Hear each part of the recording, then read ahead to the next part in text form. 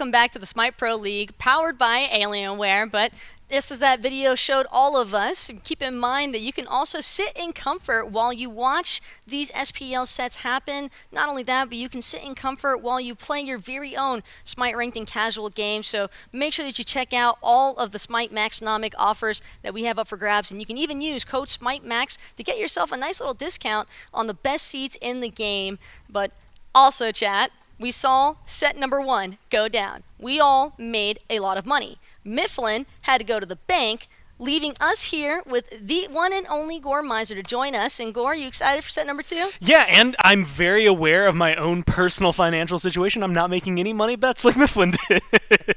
That's probably a wise call for just about all of us here at the studios today. But regards to the schedule, that is going to be the Jade Dragons versus the Solar Scarabs that we've got coming up next, and should be a really exciting matchup. Been wanting to see this kind of rehash out between the Jade Dragons and Scarabs, because you never really know who's going to come out on top. It seems as though the Solar Scarabs have really got it out for the Jade Dragons. Yeah, I'm excited to see what they're going to be able to bring today, because I think the last time we got to see them play was the only time that we've gotten to see them play.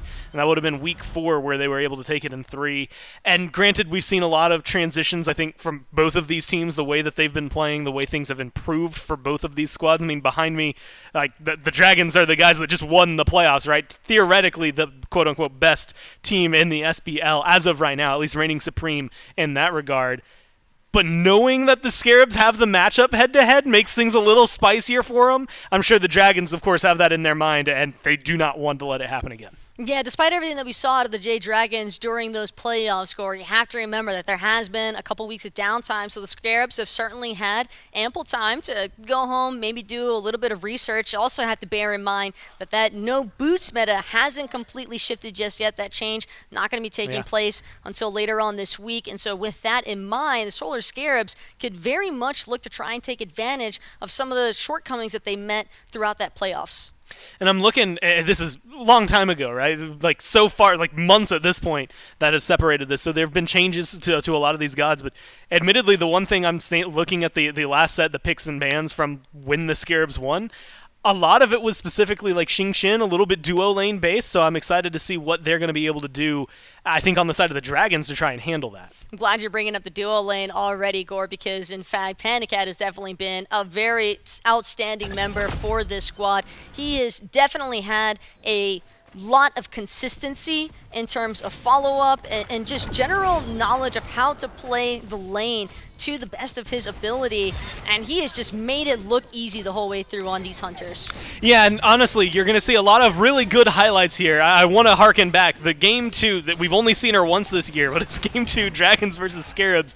Panda's the only person who was willing to pull out Artemis, and I have some sincere doubts that we're going to be seeing her today. I think this Danzabro, the Chiron, I think this was actually an interesting conversation we had at playoffs, because there was a lot of Danzabro talk, and Panda's like, well, everyone's playing Chiron now. I kind of brought him forward, so I'm just playing what I know I wouldn't want to play against if I was Chiron. Like, he just made a meta, then countered his own meta, and I think it's been really improving over there. This Danzabro, specifically just from playoffs, I think is a very scary thing, and maybe not top 3 bans, but something that you're going to have to think if they don't pick their hunter in their top 3. It says a lot when a sole player on a team is able to just constantly adapt and shift meta changes of their own throughout the duo lane, and that's just a little bit of a unique aspect for Panicat, which is why I'm glad that we've actually got him here today for our pregame interview of this set. And Panda, we've kind of seen it all from you in terms of diversity for these hunters, but where do you kind of think that the stakes really lie between this Chiron and Danzaburu matchup? I think Danza is just like really good in the Chiron. I brought Chiron into the meta a while ago, and then I was like, what do I not like playing against when I'm Chiron? And I was like, Danza. So I was like, okay, I'm just going to play Danza. And then people started first picking Chiron against me and giving me Danza every game. So I'm just going to keep playing Danza, especially on this patch. I don't even know what's good anymore. I haven't played the game in a couple weeks, so hopefully I just get Danza. Well, maybe hoping that the Solar Scarabs might not have heard you with that one, but even with taking a little bit of a mental reset period, off of the game, understandable since you guys just won the playoffs. But as far as the team environment is concerned, how are you guys feeling heading into this one? I I wish we were more serious than we were, or than we are. I mean, we're confident. We're ready to play. We're ready to ready to win and whatnot. But it just feels a little bit like low stakes with everything being on the old patch and whatnot. But I think we're confident. We're going to give Solar Scarabs the respect they deserve and just play the set and move on. Well said by yours, and definitely looking forward to seeing what you guys have for us in store, all things considered, for this next set. But best of luck to you guys up against the Solar Scarabs, and we'll just see what happens. Thank you. Very interesting stuff there, Gore, given the fact that Panda even admitting to, the team not necessarily maybe being the most prepped heading into this set, but at the same time, this is a team with 5 very strong individuals for each of their respective roles. Yeah, and it's at the point where most of the changes that happened between when we saw them last and what they're playing on right now, it's just a couple of nerfs to gods they were already trying to avoid. Like, I think it was Fine OK himself. He was like, I've lost 5 games in a row on King Arthur. I'm not picking him anymore, something like that, where it's just like, okay, you know what? All the nerfs that happened weren't hitting you. In fact, most of them were beneficial to the Scarabs, so maybe that's actually going to end up paying off for them. Yeah, that's something that they've definitely got to make sure to keep in mind here. But the duo lane matchup specifically, Gore, we've kind of seen it all from Panda Cat and from Polar Bear Mike. But then on the other hand, with Zapman and Inbound, we've definitely seen a lot of up and downs, a little bit of a roller coaster of emotions there for the Solar Scarabs. But Zapman, definitely think he's still got it. And, I mean, look at it. He's playing Jingwei in this highlight, but you're going to see him play a couple of styles, but the one that always comes back to me over the last year, he's had a 63% win rate or something like that on the Heimdall. He's been really loving that pick. Anytime he gets it, it tends to be successful for him, or at least looks good in the duo lane. It's been a little bit of a back and forth. I mean, you can see the KDA is kind of just sitting flat at the 1.0. And the thing is Zap is great when when he's doing well, helps the team out. But he hasn't necessarily been hurting the team. He's been camped in these lanes and gone 0-7 or 2-7, things like that, and still had that beneficial late game impact. I think he's able to take the brunt of the damage, the focus from the other team, and because he's a veteran, I mean, he's been playing so long, it doesn't really hurt him that badly. He's just like, all right, cool, I'll just play my late game. It's exactly like he does in his ranked. Do you think it makes a difference, though, for Zapman to be going up against Panda Cat specifically because of the fact that these are 2 very seasoned hunters in their own rights? And you have to imagine, Panda Cat even mentioned himself, there's still a lot of respect being maintained between the Jade Dragons towards the Solar Scarabs because records aren't necessarily indicative of where the actual skill standings stand at, and a lot of these matches have been close for the Scarabs. Yeah, I think this is one that if the Scarabs were able to win really well last time around, they not only played well that day, but they did really well in the draft in terms of controlling what the Dragons did, and admittedly the Dragons also were, at least in Game 2, maybe going completely out of their comfort zone because they thought they could flex that much. I think the Scarabs, much like Panda Cat had said, is a team that you have to respect because if you don't, they will just decimate you.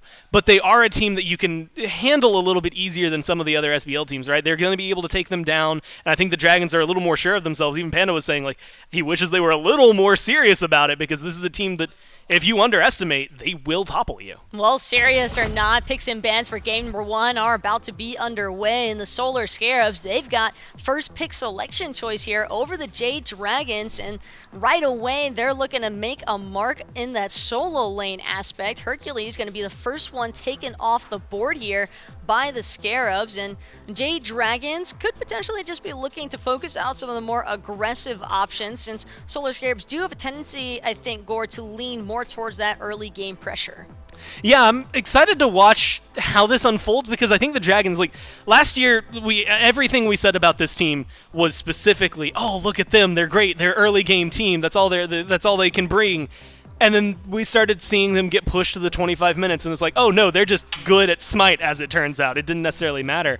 But the Scarabs, a lot of their pressure is not just, I think, early game oriented, but it's inbound early game oriented. Inbound can be the make or break in a good way, which is he will be aggressive, and he's going to be aggressive almost no matter what. It's just how the other team retaliates. Are they able to capitalize on it and kill him every time, or is he setting up his team? Where's the follow-up from the Scarabs? We saw a little bit of that yesterday from them. We've seen it throughout this year, and it is either simultaneously fantastic or one of the worst-case scenarios for them. Well, poor Hurry, he's not going to get an opportunity to try and play that Giannis here today. in this matchup, but the Loki strip away, and could be wrong on this, Gore. You're kind of our numbers guy when it comes to these things, but Loki has been picked banned in just about every set so far since he's become available again, correct? Yes, I actually think he's got the 100%. Yeah, he's been, and he's was banned pretty much everything until the last set yesterday, and he's been picked in every single game since then, so people don't want to deal with him, and honestly, can you blame them? Not in the slightest, but at the same time, Solar Scarabs, they're going to take full advantage of the Yemoja Loki Tiamat bans. They're just going to immediately opt to lock in that Fenrir, a very strong flex pick option, because you really can't tell where this pick is intended. Could be for layers, could be for solo ritual, could also be for inbound even, kind of would allow inbound to lean a little bit more towards that aggressive style of play. And seeing that Danzaburu response here, Gore, we all know that it's intended for Pandacat. It's been his go-to for pretty much the entirety of Season 8 so far, since the Chiron really started shaking back into the meta. Do you think that the Solar Scarabs are still going to want Chiron with that Danzaburu locked in? Well, the answer is going to be yes. I was going to say, since it's Zap, I wouldn't argue. Like, I think he would go Heimdall, honestly. I was thinking he was going to log it in no matter what.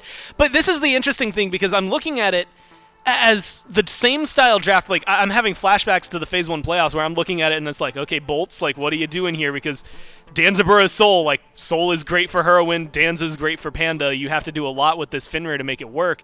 And at the time they were. Lasber was absolutely insane on it. And honestly, you kind of don't want the Dragons to have it. They've given it to 3 different players on their team. But this is definitely something that is very resembling the Bolts in that matchup. Unfortunately, I do have to say the Bolts lost that one 3-1, so this is something that the Scarabs are going to have to change the playstyle going into, and that Mercury isn't giving me a lot of hope. The Jade Dragons just do not seem at all deterred by the threat of this Fenrir, Gore. The Brutalize, definitely a strong asset in terms of actually being able to focus out the Mercury should he be looking for a special delivery, or even just his ultimate in general. Have to remember, Fenrir Brutalize can follow the channeling of that Sonic Boom as long as you start it from behind him, and Brutalize also pretty decent at following Soul through her Disapparate before she gets fully into that damage immunity frame. Same thing for Danzaburu. Brutalize can definitely stick to just about every single one of these members from the Jade Dragons' current top 3. Neither side, though, really trying to hold anything back in terms of revealing where their damage is going to be based out of. So what are some things you would like to see to round off these compositions? I mean, if I'm the Dragons, like, I'm actually just going to go back and look at what they like to draft in that finals, because this is almost exactly like they liked locking in Mercury. One of the games, final game played Ratatoskr. Maybe not where you're going to go here, but like with Kukulkan still available, yeah, maybe he's fallen down a little bit, but him, Wukong, both going to be very strong options over there in the duo lane. This Osiris was on the rise, but understandably taken away. I think that for the front line, you get Mike pretty much whatever he wants with Yemoja off the board. That's where things get a little shaky to me, because he liked going over towards that one. Ymir's still available, right? So maybe you just pick that up for Mike. Amir, Fafnir, both still oh my God, Fafnir. Strong Guardian options, especially that Fafnir when you factor in that coerce. So there's definitely a few nice options here for the Jade Dragons. It is going to be the Wukong, but again, Wukong kind of playing into Fenrir, Fenrir being one of the better matchups. So a lot of things are definitely stacking up to be a little bit more in favor for the Solar Scarabs court if they're able to hold on the execution. The execution consistency might be the name of the game here, Gore. I don't think I've been more frightened of a Guardian than a Fafnir that can synergize, there's the word, with a Mercury, a Soul, and a Danzaburu. Like, that late game just seems really disgusting, and it makes things a little more complicated. Same thing, I guess, that the Scarabs are doing. He did want to play his Heimdall. Brainwave. This is the patented solo or troll Chiron solo lane. Heimdall has to be intended for Zapman. Yeah, there's no one else that's going to take loves that. running it down on this Chiron solo. It's a lot of risk, but a lot of reward too here potentially, Gore. There's plenty of damage locked in for the Solar Scarabs, but as far as the front line is concerned, this doesn't really seem to give them a whole lot of leeway for that big tankiness. If you're the Scarabs, you either win in the first 10 minutes, or I actually could see this fighting decently at 20 minutes, but if the Dragons get ahead, like you get this Mercury, this Soul, this Danza with a good purpose, Ymir being able to separate the fight, and more importantly, force these assassins away from their carries. There's a ton of damage on the Scarabs here. But they are so squishy early on that if Mike gets off to a good start, if you just start to snowball slightly on the Dragons, it's going to be one of the most difficult comebacks that the Scarabs could ever have to make. Same could be said, though, for the Solar Scarabs roster in comparison to the Jade Dragons. If they're able to find some early pick advantages, largely looking towards that solo lane, Gore, because if this is Chiron for solo or troll, like I believe it to be, then there is some potential for him to possibly not only take over the totem pressure, because it could be hard for a Sun Wukong to challenge, but I think he'll definitely get the better end of that wave clear in the actual 1v1. It's just up to whether or not Sanford Soccer can really invest that many resources to try and punish this Hunter for being in the solo. I'm trying to figure out who's going jungle as well. Like, I mean, Fenrir and Serket are both great in the jungle and great as supports. It's going to be difficult. I guess like it comes down to the matchup. Honestly, Fenrir stun, maybe actually Serket taunt to try and thwart the Ymir getting at least a little closer. Serket is probably more intended for inbound here simply because of the fact that she has a much easier time building Bruiser or a lot more frontline oriented in comparison to the Fenrir.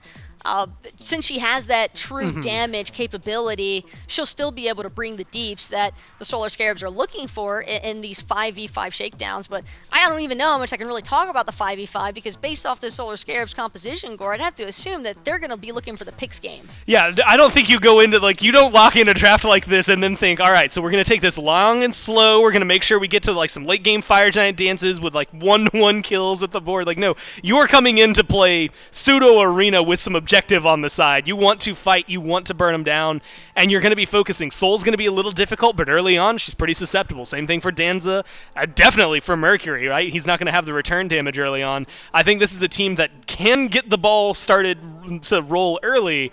It's just whether or not they can keep that momentum going forward, or if there's ever going to be any stoppers from the Dragons. It's going to be difficult, but I'm actually excited to see, because the Scarabs, it's either going to fire off and just be absolutely fuego, or it's going to die down too fast. Well, we'll get a chance to find out exactly how this Solar Scarabs composition is going to fare up against the Jade Dragons. We've got Dolson and Mifflin to bring you guys all the action. Jade Dragons back in action, officially here in Phase 2 of Season 8 of the SPL. I'm back in action as well after sitting in the green room with Chad all day, Mifflin, so I'm sorry, my mental is already a little bit weak going into game number 1 here. Mifflin is with me. Hey, my mental's pretty weak too, What actually. is it, $45,000 well, hold up. poorer than you Don't were? remind them. Give them a second to forget. They don't have great collective memory. Yeah, right. Yeah, it's on me for giving the Hive Mind a reminder that they're all owed at least $5. You're going to say it again? Actually, so we viewership went up since you originally made the bet. Okay. I'll allow you to establish your own rules here. It's the number, it was whoever was in chat when you originally made the bet, right? The viewers after the fact aren't entitled. You had to be here to take the bet. Yeah, no, we're right? not grandfather clausing in there. You can't show up on the bandwagon 3 hours late to the set and say, oh, Mifflin owes me cash. Right, I've got a list. I got a list of the cash that's going on. Fire Mage X3, you're going to be the first one to see a check. Right, and if you saw it on Twitter, it doesn't count either, so you've heard it here first. But let's check out the matchup we've got going on here, Mifflin. A matchup that historically has actually been pretty intriguing. The Solar Scarabs taking down the Jade Dragons in phase number 1, and then they matched up again in the phase 1 playoffs, and that time Jade Dragons feeling a little bit more comfortable in that matchup. But what a weird draft the Solar Scarabs bring to the table here. SOT indeed playing the Chiron out of the solo lane. Layers will have the Fenrir out of the jungle, and then inbound on this Serket support. The world's all upside down. Stranger Things Battle Pass on Tuesday, by the way, speaking of the upside down. Nice. But the Solar Scarabs bring something really, really spicy here in Game 1. Incredibly interesting composition here, and I think that the devs kind of hit it properly in that the Solar Scarabs can potentially win. Might be a long shot. I'd say 10 to 9 or 1 to 9 odds here. Again? Oh, you're right. Maybe I don't bet again. Either way, if there were odds, though, I'd be favored had I bet on the Scarabs. Setting the odds. Bookie. Either way, I think that this draft can work, but it's going to have to get off the ground incredibly quickly. And this is not a great start already. Zapman stuck inside his tower, inbound, sent back to base. Look, it's going to be a fast game either way. No matter which team wins, I don't think this one goes past 25 minutes. It'll be intriguing to see if the Solar Scarabs can push the pressure. They haven't been able to do Good so damage. far. Sanford Soccer takes decent chunk of damage there from Layers, but once those abilities were down, Sam tries to turn things right back around onto the Solar Scarabs jungler. It's a crystal out from Zapman to stay safe over on the left-hand side. Over here on the right, though, we don't often get to talk about solo lane, so I figure we should now that we get the chance. This Chiron out of the solo, you got the range advantage maybe. You know, I know that Wukong can farm from range at times with those abilities, but maybe early on this feels good for the Chiron, but once tanky enough, the Sun Wukong's just going to do warrior things. Yeah, in about 2 levels, or 2 or 3 items rather, we're going to start to see a distinct shift in how this lane goes. But until that point, like that SOT sucks, right? is going to feel pretty good about it. FineOK can't do anything. He can't step up to the wave. If he steps up to these archers, he's going to be taking auto attacks the entire time. So instead, has to play it very passive over here. It's a very frustrating matchup. Any solo laners in the chat or at home can tell you.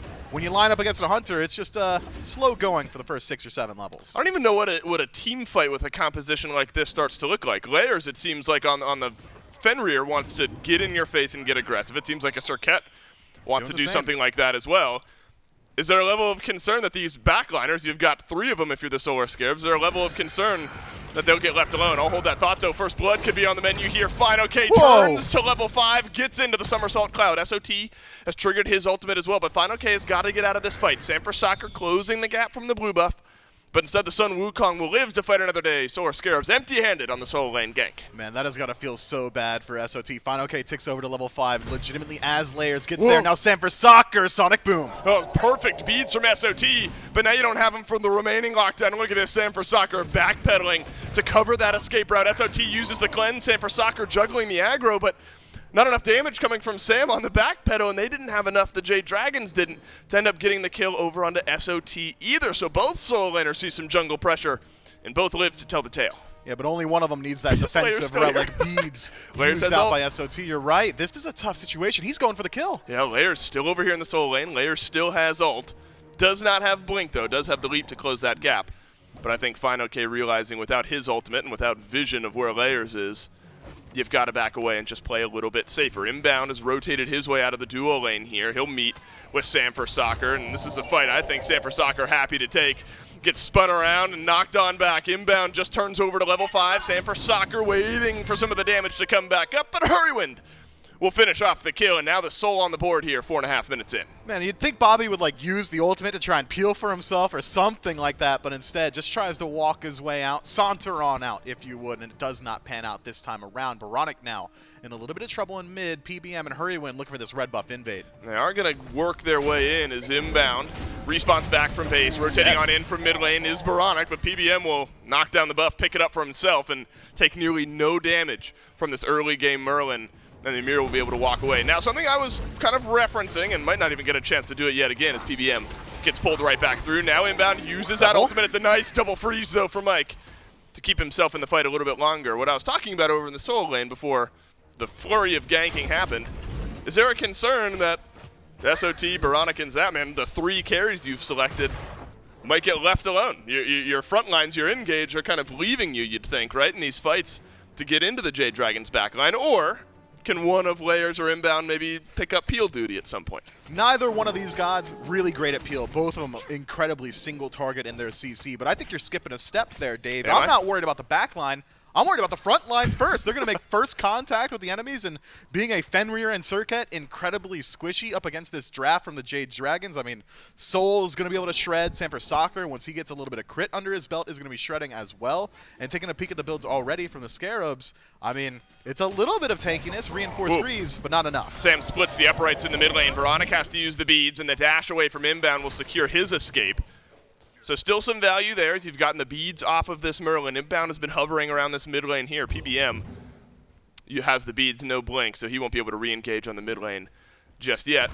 Suppose we have seen tank Serket a little bit there, Mifflin, so the survivability of Inbound will increase. You know, you can't imagine it's going to build full-on damage here. All of that being said, we've still seen Inbound and Layers kind of poking their heads over on the right-hand side of the map here. Not enough of an advantage in the mid lane, or maybe over on the right-hand side where SOT still has a 1-level lead, to force Layers or Inbound back just yet. No, it's going to be a little bit until we see that come through. SOT, though, having a great time over in that soul lane, Dave. Seems like FinoK's got his work cut out for him. That looks like a fun lane. No. That looks like a great lane. That I is just get the to most sit back Twitch and mentality. Just because look, SOT he's got him pushed under tower the whole time. I just get to sit back and farm, and I can dash away if I need to. All players in the chat Look, that don't want to have Chiron for a blue solo, buff invade. just don't queue casuals today is what I'm saying to everyone else who doesn't want to have to deal with Dave doing that. Wait, but look, he got pressure. He gets to invade the It's blue great. buff. All right, wait. He's Just got like his transcendence give it 10 going. minutes, Dave. Give it 10 minutes. You're right. I'll give it a little time. See how the mid to late game ends up playing off here, but does look good is kind of the point we're getting at here in the first 7.5 minutes of the game at least. That said, I think FinoK deserves some credit for the way that he's played that lane. There have been a couple times, and maybe a bit of luck with the level up, that have kept him alive in that lane. But now it's the Sonic Boom in the mid lane, connects onto Baronic, who transforms on over, but the damage not onto Sanford Soccer, maybe assuming that a dash is coming in. Big wall, double freeze from PBM, and now the dive begins and the kills fall in tow. Hurrywin, all 3 on the board for the Dragons. That's why you got to put some respect onto Hurrywin's soul, man. This god's so strong in the early game and has fantastic scaling come late. Layers trying to confirm his speed buff and does so, but maybe at the cost of his life. Wall tough, dude. Man, Mike hits that wall, and of course he does. He'll get the speed buff down, Layers will, but he'll fall for his troubles. And now PBM, he's affected 3 of the 4 kills. Sanford Soccer has affected all 4. And well timed there from Sam. Remember a couple minutes ago, the beads down from Baronic in the mid lane. We figured that this Merlin would be a little susceptible to a return gank. Sanford Soccer doesn't even have to hit the ultimate there. Just gets into range, and the follow-up from PBM is swift. And that is an early tower myth when 8.5 minutes into this game, not a tick of damage onto Hurrywin's tower. And the Solar Scarabs have already lost their mid lane tier 1. You know, there's a little bit of nuance to taking a tower this early on. It does give Baronic the opportunity to freeze the wave at his own tier 2. That's a good point. Making it much harder for Hurrywin to farm.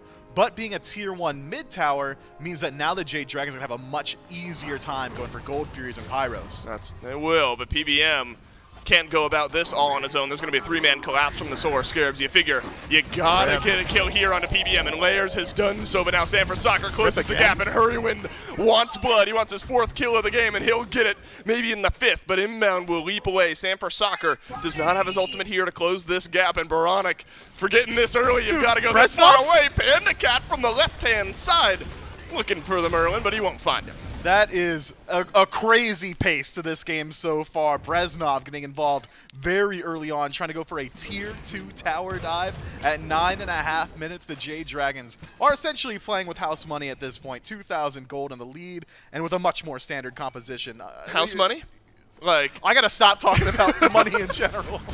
Well, you know who's playing with house money is Chat, right? I mean, Chat's playing with house money. Zapman has to use his ultimate to dash away, has the beads, but also the crystal, so he'll survive.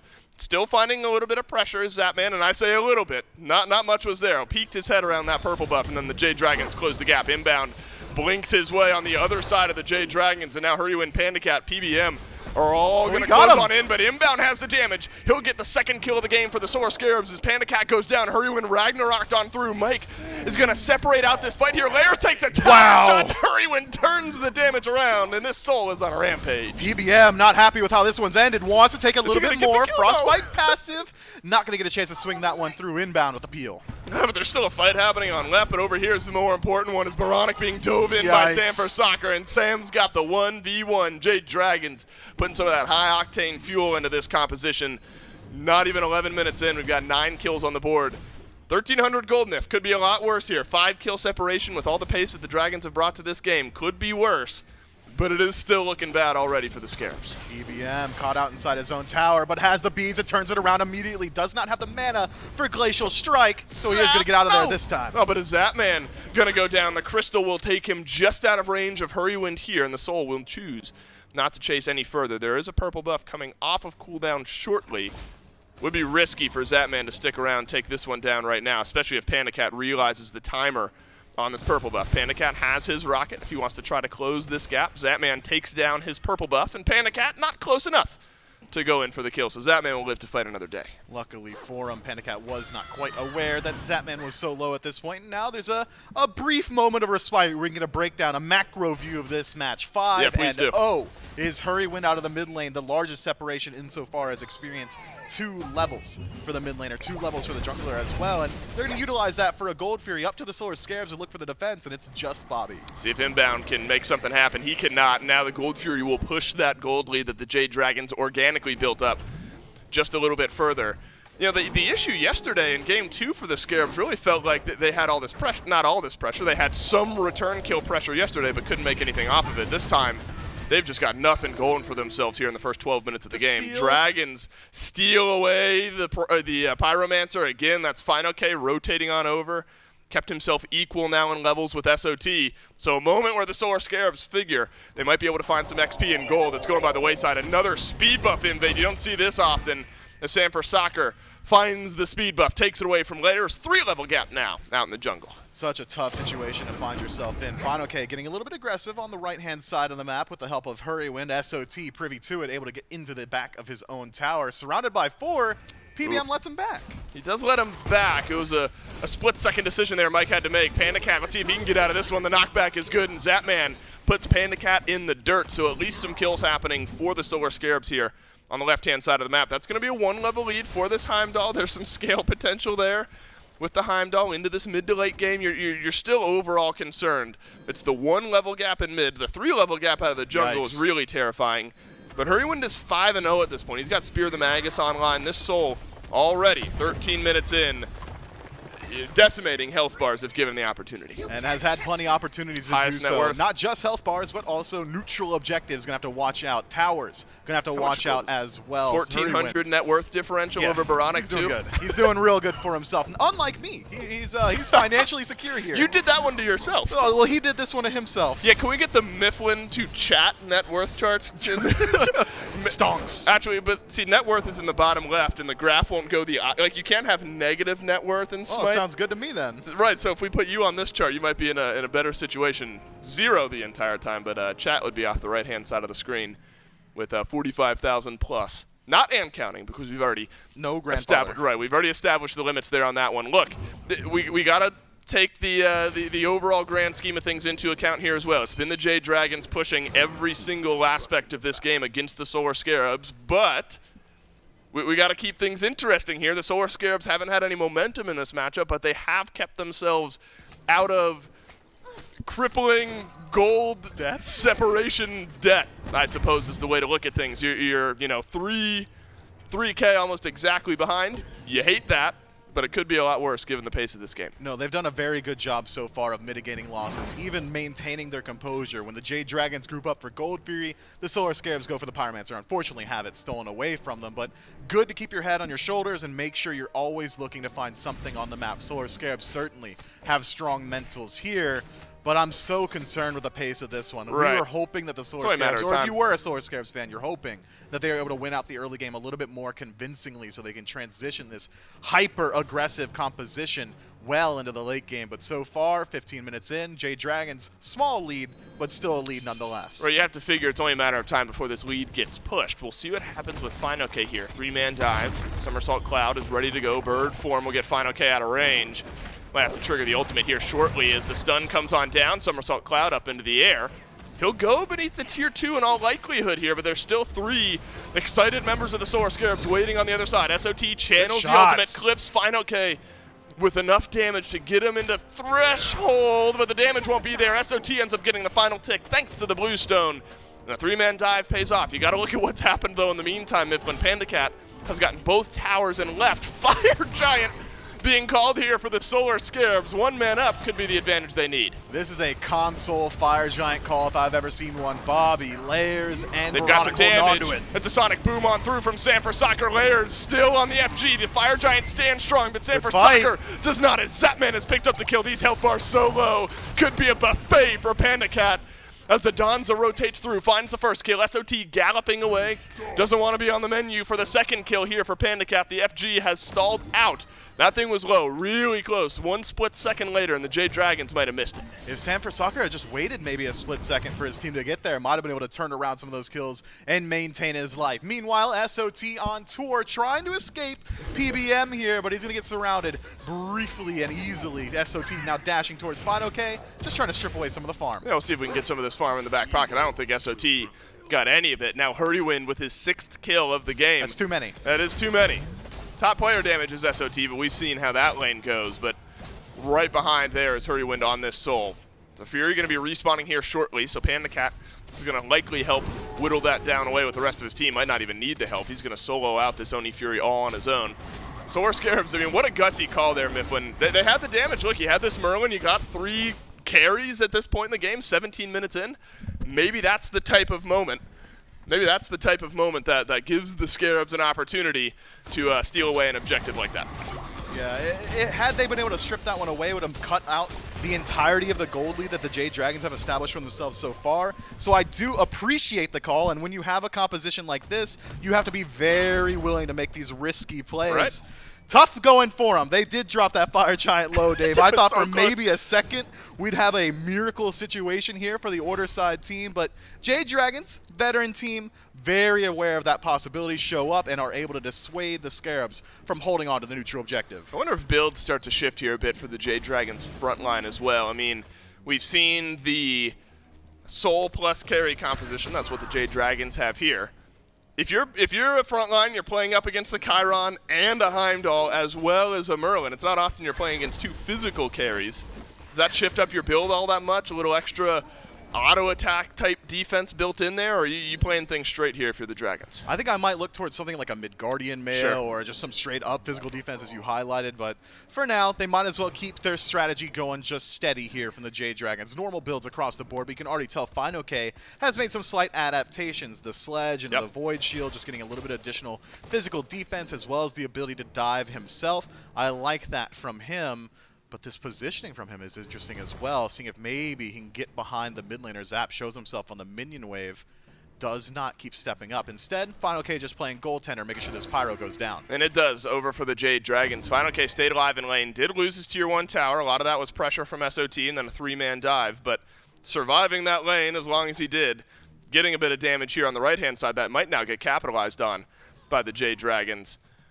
Now at a point in the game, equal in levels with SOT and still able to make an impact on the Sun Wukong. Very, very important for the Jade Dragons and pushing the lead that they've already built up. Things have gotten worse, though, looking around 4,500 as the gold lead has built up. Fire Giant started up here as Inbound rounds the backside, looking for the backliners of the Jade Dragons, and Inbound has found the backliners of the Jade Dragons. Hurrywind has to use both actives, and it's Layers who gobbles them on up, but the Disapparate keeps this soul alive, and Inbound has eaten way too much damage here, so the Circuit has to leave. Final K, though, Mifflin diving onto Veronic. Veronic Bees and Aegis expanded early, so his life follows suit, and Sanford Soccer gets credit for the kill. Oh, and he's got a double, and at this rate could be worse. Zapman knocks him back into the crystal. Big play from the Heimdall to keep himself on the map. I'm not sure it matters much, though. The Jade Dragons right on over to the FG.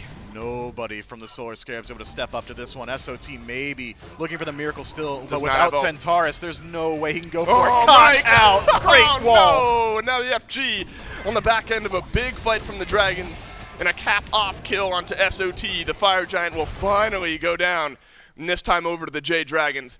And earlier on, you know, we were giving the Solar Scarabs some intrigue. We were keeping things fair. The Solar Scarabs were not that far behind in gold. Passively, the gold lead built up another 1,000 or 2 for the Dragons. This is where it gets out of control. We're at 7K on the map as far as the actual gold differential goes, 8K as I speak. Plus you've got that Fire Giants kind of, in your mind, the 10K differential that provides. This is where the Dragons put this game out of reach. Yeah, now we're at 9K, but Zatman trying to bring something back from the edge of the abyss, finds Final K in mid, and sends him to Niflheim. Oh, Final K will transform in the last auto. Doesn't connect. So Zatman doing a good job at least of finding some pressure here in mid. Let's get this wave pushing in. Every second counts in a game like this. If all you're doing is looking for that one big fight that can maybe turn something around, every second that you can provide yourself away from an FG siege is worthwhile, especially if Zatman is able to get out alive, and he will, thanks to the crystal. So Zatman has reached a point in this game, full build, -1 item, but he's got some decent gold that I imagine he'll go back and spend up to round things out. and top of the player damage chart. Zapman 2-0 here. This Heimdall now needs to be maybe priority target for the Dragons. And it could be easier for them to start looking at him once this game simplifies into a siege situation. And siege defense for the Solar Scarabs is not looking too good, Dave. I gotta be completely candid with you here. Who wants to step in front of the Jade Dragons and stop them from hitting the Phoenix? Nobody on the side of the Solar Scarabs is genuinely tanky enough to deal with it.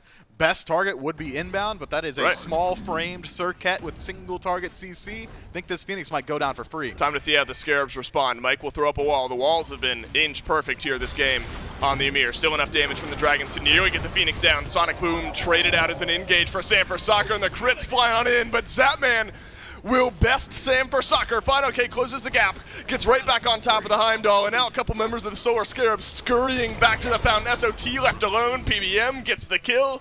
The Jade Dragons get a 3-for-1, and they're storming into the Titan. PBM is low HP here, but Fire Giant will do a lot to top him off. It's an engage from inbound, and Layers dies instantly. Oh, and Layers, or inbound, excuse me, has to leap away, but at this rate, the Jade Dragons making quick work of the Titan, making quick work of the Scarabs. Game 1 comes to a close in 22 minutes.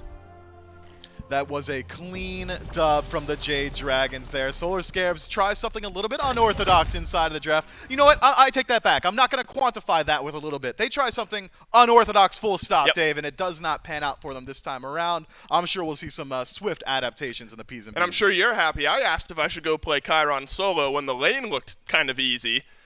And then we saw what kind of happens when you don't have some of that swift frontline defense, I guess, for the Solar Scarabs here. Jade Dragons, this one's quick. 22 minutes, they'll take game 1. Stick around. Right after the break is game 2.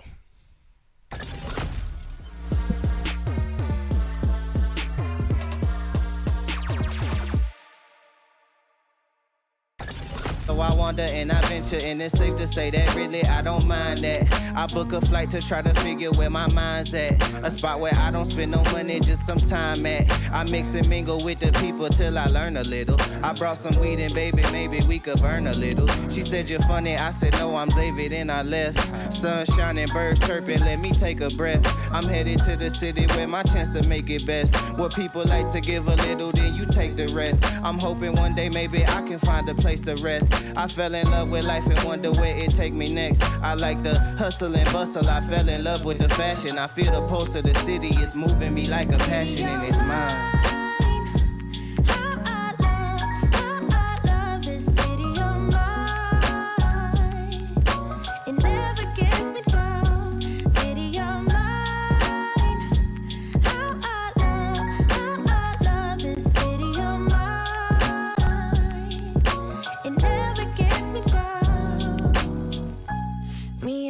Hometown, baby, we go way back. All the situations, circumstances, still we don't mind. Steady going on, I dance around the street lights. Hey, I know every street sign, hanging around the block like if you are my friend, then you are welcome any moment. Yeah. City of mine, how I love this city of mine. It never gets me down. City of mine, how I love this city of mine. It never gets me down.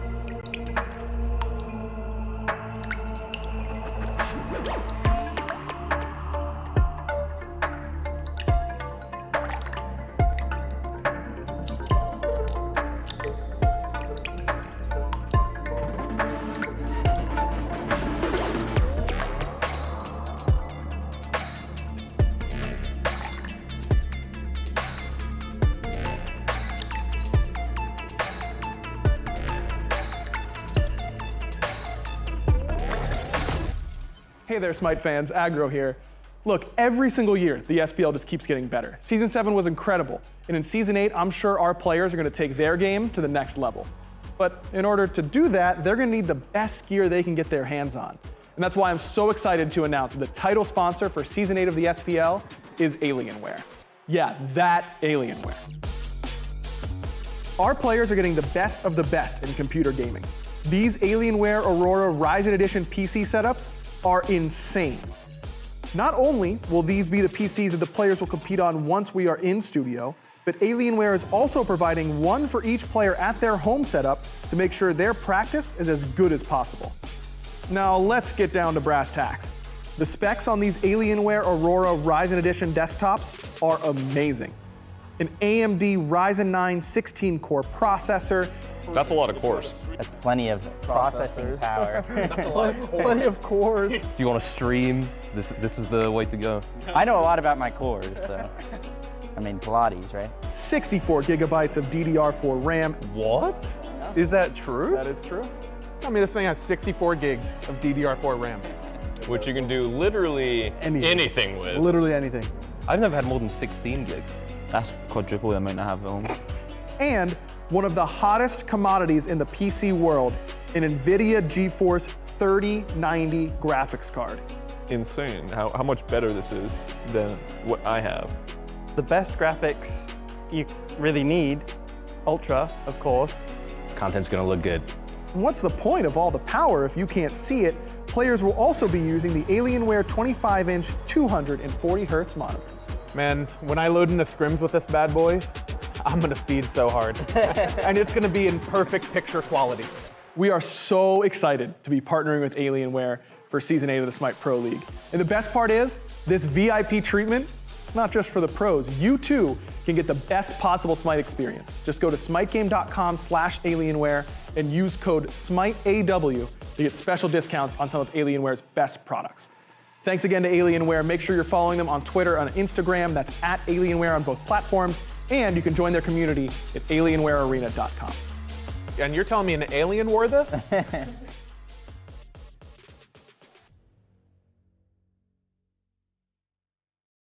SMITE fans, and welcome back to the SMITE Pro League, powered by Alienware, and all that jam-packed action from the video. It's not just the PC itself that's up for grabs here today, chat. You guys gotta remember, we are currently doing a giveaway where 5 winners will be selected for a 25-inch 240 Hz Alienware gaming monitor. All you need to do to get your entryway in is go to the SMITE Pro Twitter, visit their pinned tweet, or use !giveaway in chat for the entry link. However, this is only open until July 13th, and it is only available right now for US and Canada residents. So if you guys aren't from USA or Canada, unfortunately this does not apply to you, but if you are, make sure you get your entry in, because 5 winners, that's 5 times the opportunity to win, just like what we saw the Jade Dragons do here in set number 2, Gore. But game 1, definitely Dragons. Not necessarily the whole way through, though. It was that was interesting, I think, to say the least. It was exactly what we expected, brawly oriented and all about the fights. And I think it was funny because I didn't see it until after the game had started, but Kabam had tweeted, "This set's going to be fast no matter which way it goes. It's just going to be quick. We're either going to lose 2-0 or we're going to win 2-0." But that's exactly how it's going to happen.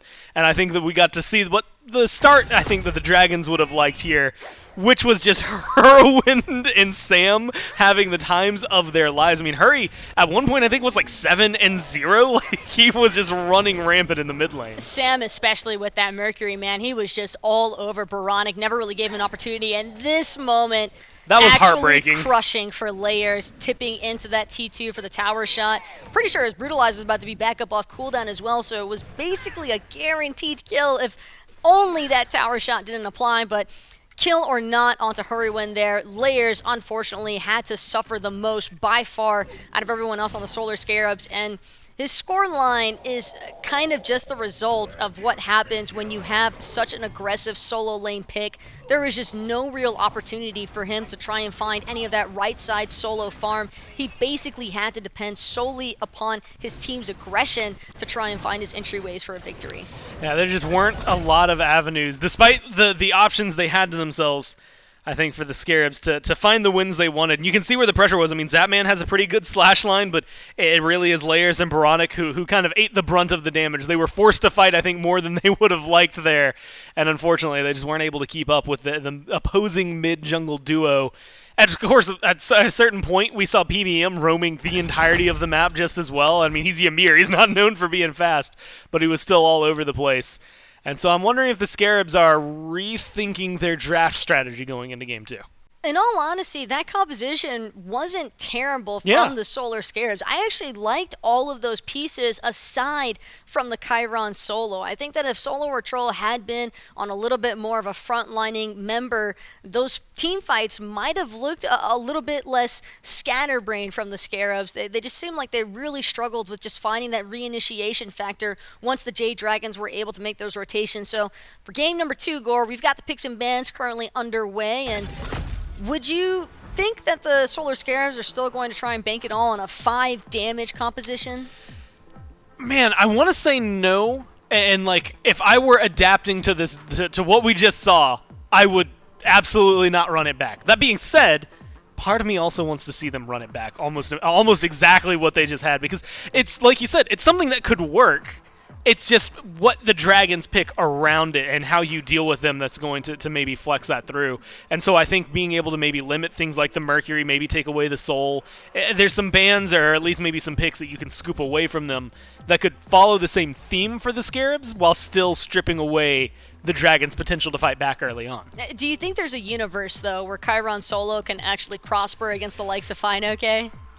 Well, it was doing pretty well for a little bit there, and then it stopped doing pretty well against him. But for a little bit, I think it has its merits. At least early on, I think it's going to cause some trouble for him. But late game, I think you give Fine-OK any warrior, and I'm not sure that there are many hunters that are going to give him as much trouble as you would like. The Solar Scarabs definitely just needed a method to try and alleviate the pressure from the front line out of the Jade Dragons. But between Ymir and Sun Wukong, it's really tough to escape all of that dive, especially with the Ymir walls causing such a huge separation factor. And Ymir actually not being looked at as the problem factor here. Instead, it's going to be the Mercury that the Solar Scarabs opt to ban away. Pele going to be following suit, and a Soul to boot. So mid-jungle definitely seen to be the target focus by the Scarabs. Now, Mercury, Soul even, I think I would have been able to say, okay, I can see that coming.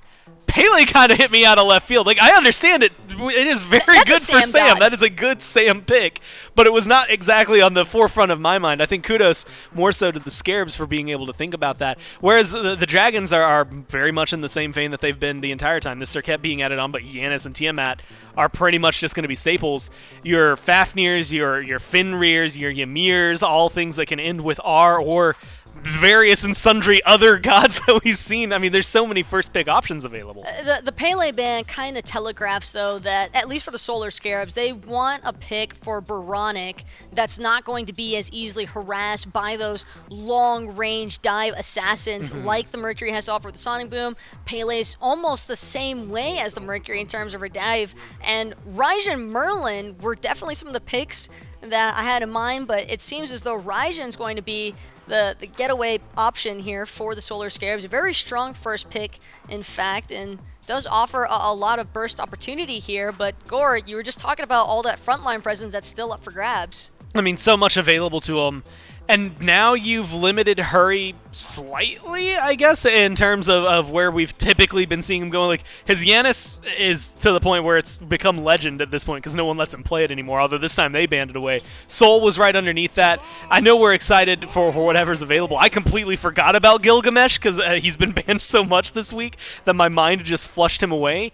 And I'm going to tell you, Fenrir Gilgamesh, that's going to be a Mike Fenrir, that's going to be potentially a Sam Gilgamesh. Like, that is a very, devastating combo for their top 2.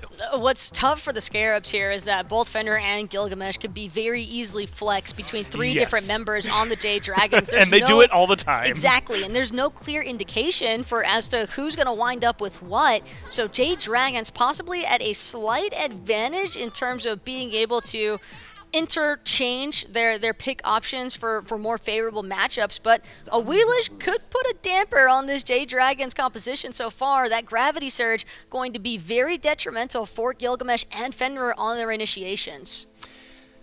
This is where things get a little more interesting to me, and that's just thinking that technically the last time these two teams played each other, the Dragons were up 1-0, and the Scarabs won Game 2 and Game 3. Maybe they're kind of banking on Game 2 and 3 a little bit more. And they, admittedly, like, their Game 2s and Game 3s are way better. For some reason, that first game, sometimes the Scarabs come out, and they just tank really hard. And, like, yesterday we didn't get to see that, but a couple of weeks ago during the playoffs, like, it was just, like, the first game, you don't want to think about it, you don't want to talk about it, you just erase it from your memory. Maybe they just wanted to get that as out of the way as quick as possible, while still giving themselves a pretty good chance to now run into what's going to be, so far, a really interesting draft from them. I actually like the Awilix Hercules combo.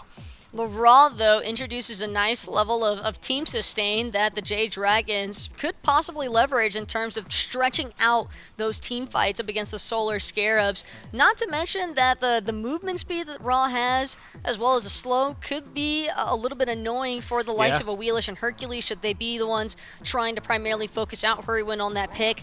Something I'm kind of taking note of, though, Gore, is an Ares possibility coming through as a pick. Ares poses a lot of issues for Awilish, Hercules, and Raijin with that cripple off of the chains.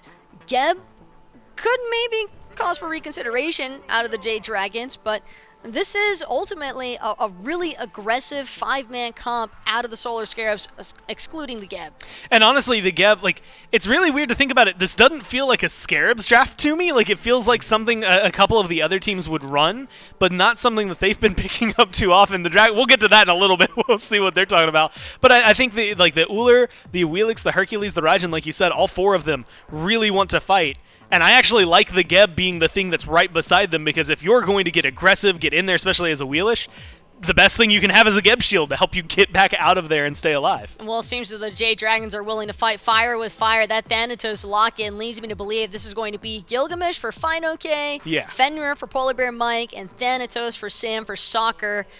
Granted, could be just about any sort of mix-up between those 3. Not going to lie, these are all gods that I think each of them, every single one of those players could definitely pilot on their own accord, but I like the Thanatos cleanup factor because there is a good amount of burst and shred available here from the Dragons, and Geb Shield doesn't cleanse the execute Gore. Yeah, that's going to be a little more devastating, right? Knowing that you have to play around that, it's something that Sam is one of the only players, I think, right now that pulls out the Thanatos to begin with, so having that execute online, plus a lot of early game damage, everybody else on this team translates well into the late game, but the Thanatos, the Fenrir, even the Gilgamesh to a certain extent are going to be really big driving factors early on, and that makes things, I think, a little scarier for someone like Uller. Even Raijin, he's a little safer early on, but ultimately I think there's a lot of pressure points that the Dragons are going to be able to hit against the Scarabs.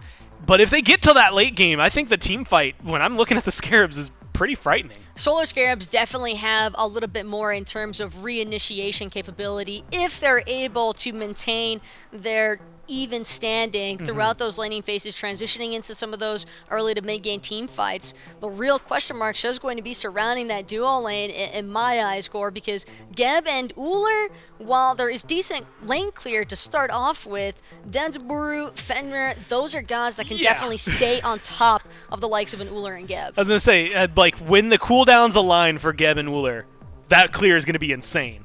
But the cooldowns are just off enough, and Geb, like, admittedly, like, you're not picking Geb because he's the most insane lane clear guy. There's a reason you don't see him too often. It's one of those things that he's going to take a little while, and, like, Raffer admitted to it last year, he's somebody that plays him a lot. This is a lane that you're not looking honestly, I don't even think to fight early on. Mike might have something to say about that on the Fenrir, but ultimately your goal is to just be a little patient and hope for the best. When you hit that level 5 mark, that Cataclysm comes online, that might start up some of the fights. Well, patience is certainly going to be an important factor here for the Solar Scarabs, but I'm going to have to ask you guys in chat to sit tight for a moment and be a little bit patient with us as a game remake is currently underway. So we'll be right back after this break, but make sure to go ahead and grab some snacks, and like I said, we'll see you guys momentarily.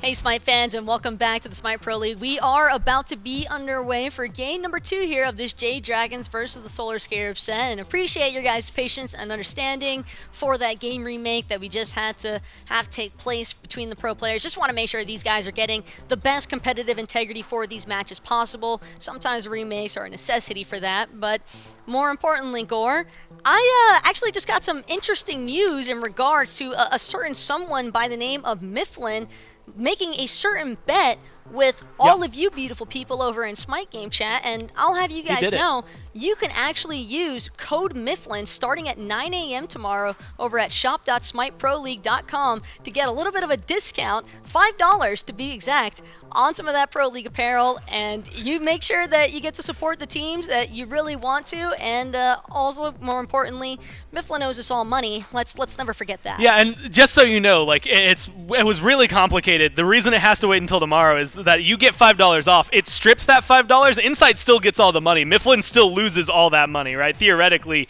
the numbers still balance out.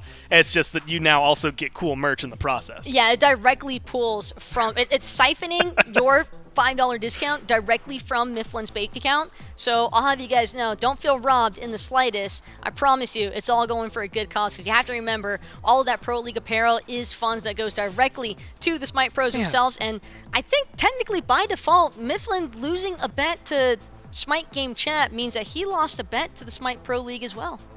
Yeah, you know what? I'll take it. Yeah, that checks. I follow the math. The thing that's like I think most exciting, I lost the thought almost immediately. I had somewhere I was going with it, and it left my head because Mifflin made an emote over there. Now he's laughing at me. Oh man, I lost it. Now I feel the fool. It was gonna be fun. Can't let him break your mental like this, Gore. You got to stay mentally strong. It was gonna be a funny joke too. I was so happy about it. Let it come back. Yeah. Let it come back to you during some let's get back in the downtime. Zone. We'll get back in the zone. Don't worry. The mental fortitude is key here, just like what the Solar Scarabs have been able to portray for us in the past with some of their SMITE Game Pro League sets. And I do believe, Gore, that we talked about these compositions a decent amount. We've highlighted the fact that this Geb a little bit more late game dependent in terms of the actual survivability and peel he's able to provide for his team. We didn't really get to touch too much though on how Geb actually interacts with the Fenrir here. Yeah, it's going to be interesting to watch that matchup, like specifically like the shielding, say like you're not doing too much. Although I will say, we've seen a lot more Fenrir stuns. My mind's all over the place now, because part of me is still trying to figure out what I wanted to say, but now... Can't let him in your head, No, yeah, I gotta get back on track. Fenrir, the stuns we've actually been seeing come out from him more often. Geb Shield's gonna be nice for that, but we've seen some 3-4-man stuns off that jump, so lately that's only gonna be able to save one of you. Brutalize, okay, cool, here's a shield. He's still gonna be able to track you down. And then in the Ragnarok, maybe, but it does come down to some communication. Like, I'm just going to harken back to the Valkyries, because we saw the Valkyries running Geb and throwing out shields while their players still beads and things like that. So if the Scarabs can have the communication where they aren't burning beads and using a shield, I think this is going to be a really fruitful pick for them. If they are, it might not go so well. Well, that's kind of the beauty of competitive play. You have the joys of being able to depend on your support to be the one to communicate those, hey, inbound's got to be on point here with, guys, don't use anything. I've got the Geb Shield cleanse. We're fine. Just relax. And that I think could also be a great showcase moment for the Solar Scarabs to let everybody else see how they've managed to improve since we last saw them during that playoffs period from the Split 1. But also, Gore, there's a lot of melee range dependency in this Jade Dragons composition. Do you feel as though the Solar Scarabs might be able to find an edge here, given that they have a lot of burst damage that can come from a distance? Honestly, yes. I think that's something that they're going to have to be worried about, right? Like, first off, the engage being so far away is already frightening, and you look at the other side, like, Raijen's going to be able to get some, Wooler's going to be able to get some from a distance, but everybody else is going to take at least a good, decent chunk of their health before they're able to truly get in there. The other thing that just stood out to me is this is the first game, I mean, we talked about it in game number 1, but this is the first time Loki hasn't been seen this week. Or, sorry, yeah, this week. That's the exact term I wanted to use, and it's weird because yesterday, that's exactly what we saw the Scarabs going towards. That was one of their playstyles, what they were trying to work around. It didn't quite work out for them in the first game when they tried to lock it in, but I'm kind of surprised to see them jump over the Loki to the Awelish. Typical pros sabotaging the Gore Miser stat sheet for their own benefit, but I'm sure that both these teams are happy with the compositions that they've managed to bring here today. And, well, chat, I won't make you guys wait any longer. We've got Dolson and Mifflin to bring you guys all the action of Game 2. Could be the final game of not only the weekend, but of the set between the Jade Dragons and the Solar Scarabs here. Mifflin, we've rerouted ourselves in the actual meta-type draft here. Maybe some value to what? I don't know. Speaking for myself? Reroute ourselves in just the game. I'll speak for you. Look, run the thing. Do the analyst. I'm not an analyst. You go. All right. I hope you can hear Gore in the background losing his mind. God, I love it here. Can I just say, look, well, don't worry. I'll dive into the game here in the next 10 minutes or so. I love that one, like, very casual little bit from Miff about I bet you $5 has now escalated to an actual discount code people can use to get. I love this place. It's amazing here, and I love being here on the SPL, especially with you, Mifflin. It's a great time. Let's cast this game between the Jade Dragons and the Solar Scarabs. We will now reroute our. See our mentals back on track. I got Mifflin with a little bit of flattery there. The Solar Scarabs actually drafting something a little bit more standard here in game number 2. They get SOT onto the Hercules. Plenty of aggression still, not the Chiron, but still the potential to do some serious damage. Whoa! Giving themselves a chance in this game, but look at that interaction. Final K leaps out and SOT nearly grabs the solo kill.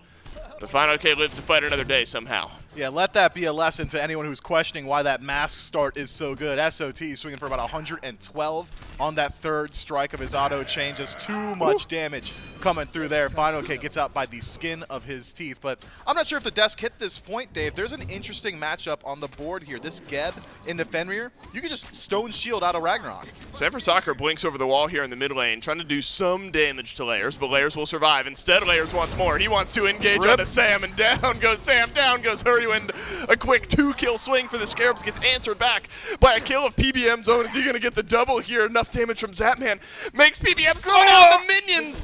Nearly getting Zapman. Of course he hits those, but he has to dodge out some of the damage from Panda Cat here, and Zapman gets it done. So are Scarabs with a 3, make it a 4-kill swing. Goodness gracious, aggression across the board here in this one. Got Whiplash trying to keep up with that engagement. Zapman at a quarter HP, still looking to get involved up against Panda Cat. A phenomenal hail of arrows to secure that kill up against the enemy there. Look, you can't deny that this has been an incredibly paced set so far. I'm expecting this to keep up, and even with a 4-to-1 slash line, Golden Experience isn't that bad. SOT out-rotates Final K, so Final K at least able clears out one more wave before he rejoins the fight. It's not too bad so far, but this is priming itself to really start to leak in favor of the Solar Scarabs. It's whether or not they utilize this time to look for some buff invades, and so far have not done so. Yeah, it's pushing that advantage further, and that was a bit of the shortcoming that the Solar Scarabs had yesterday, where they had the pressure, they had some of these kills, but they were kind of passively falling behind because they weren't able to consistently get off that farm, get off those invades. Now in a perfect position to capitalize on some of that.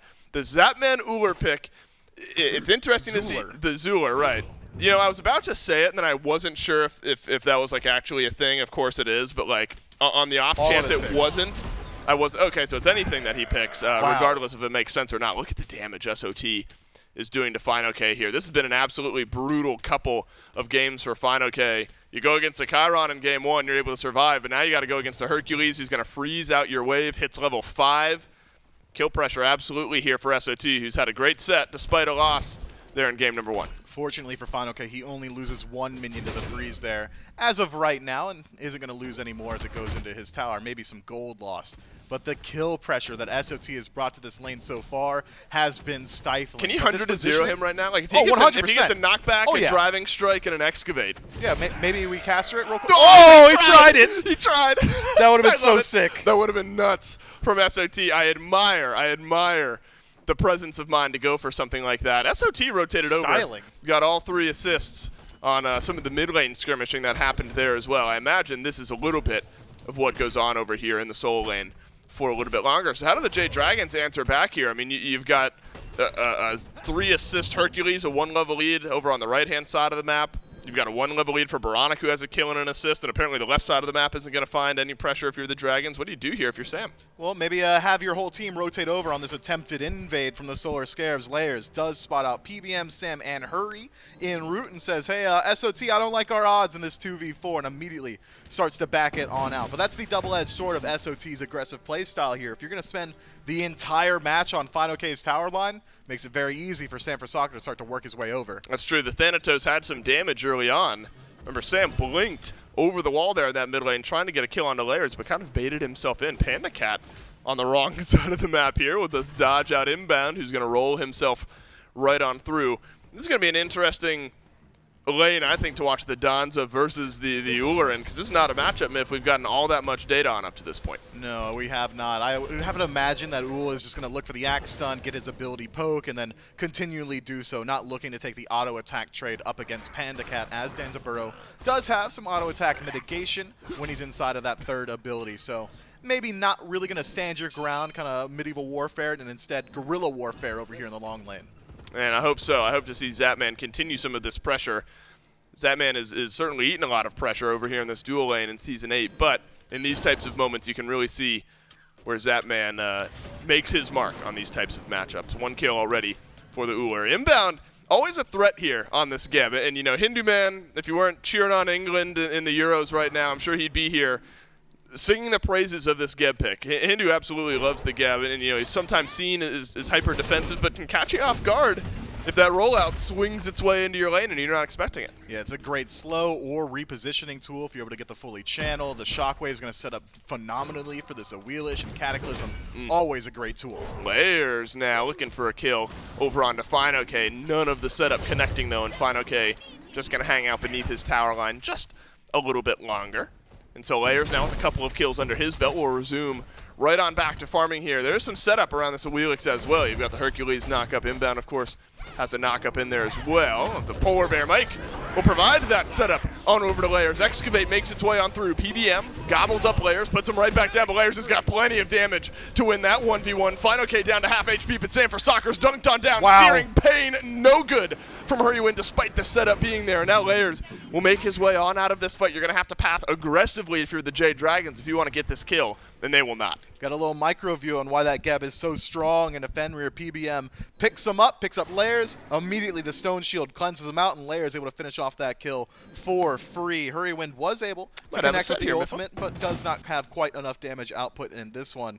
Look, the Solar Scarabs certainly come into play here in Game 2. 5-1 across the top and a 2,000 gold lead 7 minutes into this one. And it's all been off the back of what you're seeing right now. This pressure over here inside of the Soul Lane. San Francisco trying to rectify it a little bit, maybe looking for the kill. Sam does not have his ultimate, but still a little bit of damage as SOT down to half HP. You know, admittedly, after Game 1, I didn't know where the mental was in there. I mean, it was chaotic. It was a bloodbath type game for the Jade Dragons. Ends in 22 minutes. Solar Scarabs kind of dust themselves off here, come into Game 2, and are now taking it to the Jade Dragons. Things have slowed down after the flurry of kills in the first few minutes. Now just a 4-kill lead for the Scarabs find themselves almost exactly 2,000 gold in the lead. So this is where you start to see the Solar Scarabs doing a bit of a better job pushing some of that pressure that they've built on in the early game. I'm not willing to give them full credit until I see the first neutral objective go down here, Dave. Neither the Goldfree has spawned, neither has the Pyromancer, but Greater Scorpion on the Fire Giant side. I still refuse to say Forp if the boss man isn't in the building, and he is not today. So it is just going to be the Fire Giant Scorpion. Well, are you serious? There's no way he's not listening. Oh, no. So the Forp did actually go down earlier here. Gorp going to follow suit relatively soon, you got to assume, but the Solar Scarabs have all the chips in this one.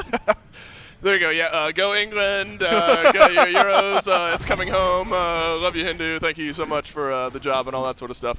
Jade Dragons group up as 3 here in the mid lane against the 3 of the Solar Scarabs. We haven't really touched on this raw pick for Hurrywin here just yet. There is some setup over on the other side. You have to imagine it's a stun from the Hovering Death, maybe a Ragnarok target brought on back to Hurrywin. That could be a great 1-2 punch on a single target as the game goes on. Even Winds of Shamash going to be a pretty decent tool for it. Panda Cat has a taunt as well. And a couple of these gods on the side of the Solar Scarabs make it easier to be hit. Once the Taiko drums is channeled, you kind of root yourself a little bit. Easy to line up the Searing Pain from that. Cataclysm does the exact same thing. And SOT does the exact same thing with Excavate as well. So Hurrywin going to have plenty of opportunities to find these ultimates. Look at this grouping. 4 for the Solar Scarabs and the Dragons over on the right-hand side of the map. PBM is no more. That's the knock-up and the pullback. That's the combo on the other side you need to be looking out for. Solar Scarabs kind of faking a blue buff invade there will get the kill instead. Now it's a stun down onto Hurrywin, who will gather up some of that move speed to get himself out of this fight. Final K now walks in behind the Solar Scarabs. He'll have to leap away. Taiko drums over the wall from Baronic. Taunt Final K back in. Beads are burnt, and all of them connecting. And that'll open up SOT to get underneath the tier 2 tower, but Excavate no good. SOT still hovering, seeing if maybe he wants to step back into the Winds of Shamash. Goes for the pull, but just a little bit too late. Maybe 2 or 3 frames too late to find that one. And who am I to try and do some analysis work? Looks like there's about to be a 1v1 on the opposite side of the Wouldn't you love to see that? Yeah, I would have. Why not? If you're all right, No, I said I would have. No, I'm saying why not? Why aren't we going for a 1v1 here? Panda Cat doesn't want to? Is that man too strong? That man missed the axe. No, I'm saying, all right, so then why didn't Panda Cat go in? Well, Danzaburo really does struggle there with we engage. go. Now wow, we're you're making me do some analysis. Now we're getting there, he doesn't really have the opportunity to ride the rocket in on that one. It's his best escape tool, so you don't want to use that too early inside the fight, and he doesn't have a large enough lead to just one-shot Zapman off of it when he still has the beads available. Man, the mental games are strong over here. The Solar Scarabs and the Jade Dragons continue to do battle. Greater Scorpion still on the left, hasn't gone down. Are you surprised at all? I mean, jokes aside, I mean, it really has been Zapman and Panda Cat left to their own devices. That's certainly no surprise. Hunters around this point in the game just left alone over on the left-hand side. After all of the pressure it felt like the Scarabs had early in the game. Surprised that we haven't seen more since the Hunters have been left alone? It's interesting that the Scarabs were able to establish that pressure considering how passive a God Geb is, and I think that is the limiting factor here so far for the Scarabs. They can't really push this lead for right now until this Geb starts to hit that second relic. Take a peek at the relic selection. It's actually Sunder taken from inbound, so it's a little bit harder for him to look for these engagements until he picks up that blink. Likely going to be a blink, doesn't necessarily have to be. I guess to be fair, it was PBM and Panda Cat providing a bunch of that early pressure, and then they just kind of overstay, and Zapman makes a massive play and getting a lot of that damage turned around. That's when the pressure of this lane really started to switch. Panda Cat into the rocket. Oh, nearly body blocked out by Zapman, but Panda Cat will survive. Didn't use it in a 1v1, so has it to escape here. Solar Scarabs do rotate over. Hey, how apt. We're talking about Wei. Why not some more dual lane pressure? Maybe that's why. Like, Jingwei, certainly a safe pick. There is the potential to counter out that disengage if you can kind of stand in front of that rocket. But Panda Cat on this Danzaburo, if given the opportunity to escape, absolutely has the ability. Yeah, he was able to weave the needle there just through, what was that, 3 people surrounding him on the left-hand side. Solar Scarabs trying their best to racing steel hook or steering wheel hooked up? No, I think he's playing on a keyboard and mouse, probably some Alienware gear, SMITE AW. That's a good call out there, Mifflin. Yeah, Alienware. Shout out to Alienware sponsoring this season here in the SPL. Things have slowed down for the Solar Scarabs, but starting to build up that gold lead just a little bit further. Had been 2K, now a touch over 2K as we move into the mid stages here of this game. Soul Laners have been left alone here. Mifflin, the early game absolutely dominated by SOT on this Hercules, nearly getting a great blink pull onto Final K that likely would have resulted into a death. Gilgamesh only 1 level behind, though, over there on the right-hand side of the map. Relative impact, though, I think is what you have to look out for over the next few minutes of this Gilgamesh, of this Hercules in the team fight phase. Yeah, SOT's been getting the better end of the majority of rotations so far. 1-0-4, 5 out of 6 kill participation out of the Soul lane. By the way, that's jungler stats. Right. Got to give some props to SOT on this Hercules. But Final K certainly going to be able to bring some of that map control to these late game team fights. Winds of Shamash, just a phenomenal tool just to deny area and to control these neutral objectives. So he's certainly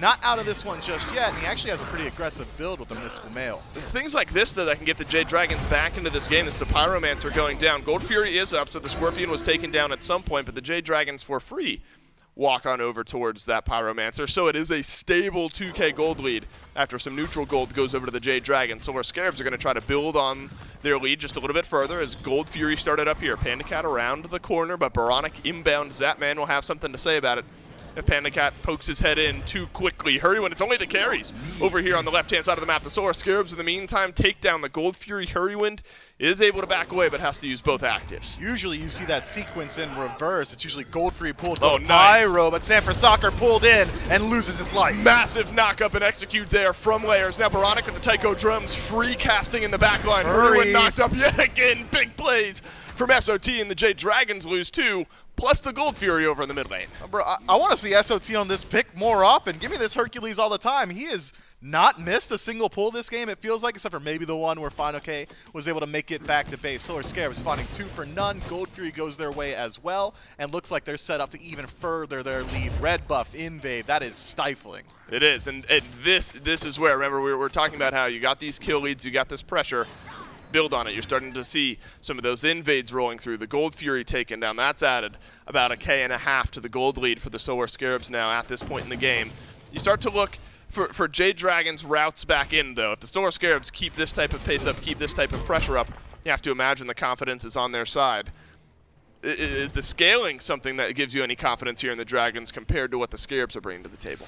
The Jade Dragons have a very high execution draft come these late game team fights. Their front line is a bit lacking. Sure, PBM going to be decently tanky come late game, but his single target CC is going to make it very hard for him to separate these fights. And Final K's conditional CC with the Winds of Shamash is also going to make it hard to find Peel inside of these ones. So I'm thinking the Jade Dragons are looking to spearhead it with raw damage once we do get to that 5-on-5 fight stage, whereas the Solar Scarabs have a much more standard draft. They just have to play good default smite, utilize these Geb shields. If this game does go late, Geb scales incredibly well. The only concern might be that Layers is going to have a harder time fighting these gravity surges, but if this game goes another 10 minutes at this pace, ignoring the kills, we could just go 8-1 10 minutes from now. I think the Solar Scarabs are in a very good spot. Yeah, agreed. It's a 1-level XP differential for literally every single matchup except for Solar Lane, where it's 2 levels over to the Solar Scarabs. So they're in a great spot right now. 0 for 2 for Sam, 0 for 2 for Hurrywind, so we haven't seen that combo work out here just yet. Charon's Coin into Divine Ruin for Hurrywind, so you'll have some of that anti-heal, but same exact build path, just reversed for Baronic, who got Divine Ruin and Charon's Coin a little bit earlier on. Love seeing Raijin in this meta as well, especially a guy like Baronic who's now able to kind of sit back, given this type of space, and really put up high damage numbers. Inbound looks for the Cataclysm, won't connect. The Jade Dragons, I mean, look, what type of mental game does this play where you can't even walk out underneath your back Harpies between your tier 2s in left and mid? Yeah, it does not feel good. Feels like that you don't really have too much agency inside of this one. Solar Scarabs just acting so well around these invades. Sure, inbound not able to connect that Cataclysm, but still is a deterring factor, making sure that the Jade Dragons aren't able to continually move forward. But it's only about 3,000 gold in the lead right now. 16 minutes in, doesn't mean that much. Could be more. Maybe if we saw some more objective-based gameplay around these permanent objectives. I'm talking the tier 1 towers, only one haven't fallen so far on the side of the Solar Scarabs, or the Jade Dragons rather, both really in the side of the Soul Lane. Once we start to see these fights really start to round up, likely going to be around this Gold Fury, this Primal Fury once it respawns, that's where we're going to start to see some separation, I think. Yeah, I want to see a big full-on 5v5 fight here, see if the Solar Scarabs can bring some of this early power that they've built into this game. Not even early at this point, where we're in the mid. If they can bring some of that mid-game pressure into some of these fights. Pyromancer got taken down earlier on, remember, by the Jade Dragons. Will be close to respawning here in just a little bit. Solar Scarabs have their eyes on that one. Similar respawn timer, though, is the Primal Fury on the other side. Sometimes see teams choose to split something like that. But the Solar Scarabs absolutely going fishing here. Sanford Soccer, PBM, Final K all on the right-hand side of the map. Just poking and prodding a bit are the Solar Scarabs. Nobody, though, from the Jade Dragons overextending. Very safe playstyle here from the Dragons, given the way that the Scarabs have been playing on the other side. 3-man grouping from the Scarabs in mid. Thought maybe for a second it Panda was a Cat? dive attempt, but instead it's Breznov on the left-hand side who finds the ire of 4 members of the Scarabs. He has the rocket inbound with a chance to block it, and he does. It's Panda Cat alone underneath this tier 1 tower. Now the Solar Scarabs will find their victim. Then it's Panda Cat going down on left. Could be a tier 1 tower as well. Yeah, goes for the rocket, inbound blocks it. Let's go, Dave. He's freestyling mid-cast. That's a multi-talented guy here. I took a $5 rap lesson between our first and second set. Where'd you find the $5? Oh, it's just on the ground. I mean, it was the freest money I've ever made. Also, don't take a $5 rap lesson. Not really worth the money on that one. Jade Dragons, though, they do group up over here on the right-hand side by the Pyromancer. It's a knockback by SOT, but not the knock-up. Oh, the boulder! Are you kidding me? It gets the perfect ricochet on the Sanford Soccer, who dies anyway. SOT, call it luck, call it skill, call it a death. Sanford Soccer goes down in an odd-numbered fight for SOT. Man, I'll call it simple geometry. SOT so well-versed at this god. Finds Final K with the pull as well. You thought you could jump away. Layers is there. Here we go. Final K gets pulled on back in, and now Layers on a rampage. 504 is a Solar Scarabs jungler. Hey, I'll take a Primal Fury to go, please. That feels pretty good for the Solar Scarabs. And hey, I'll take a Pyromancer to go, please, for the Solar Scarabs. Also feels good here. So now this gold lead starting to skyrocket just a bit. Was closing in on 7K, hovering just shy of that 8K mark now in the Solar. This is just what this team does sometimes, where they don't show up in game number 1 and then make things crazy interesting in game 2. And it's happening yet again here. Feels like a game 3 just over the horizon. Man, wasn't it in phase 1 when the Solar Scarabs came up against the Jade Dragons? It was a reverse sweep, if memory serves. That seems to be the narrative for them. They need that first game that's all warming up. Game 2, download complete. Let's start and target out each individual piece of the opposition. Jade Dragons now severely on the back foot, nearly 9,000 gold down. But there's only one neutral objective left on the map. They don't have to worry too much about map play. Instead, the Jade Dragons know that the only thing they need to defend is this Fire Giant. Inbound, the only one on the Solar Scarabs with a death right now. PandaCat has kept himself close in levels with Zapman. Zapman's reached level 20.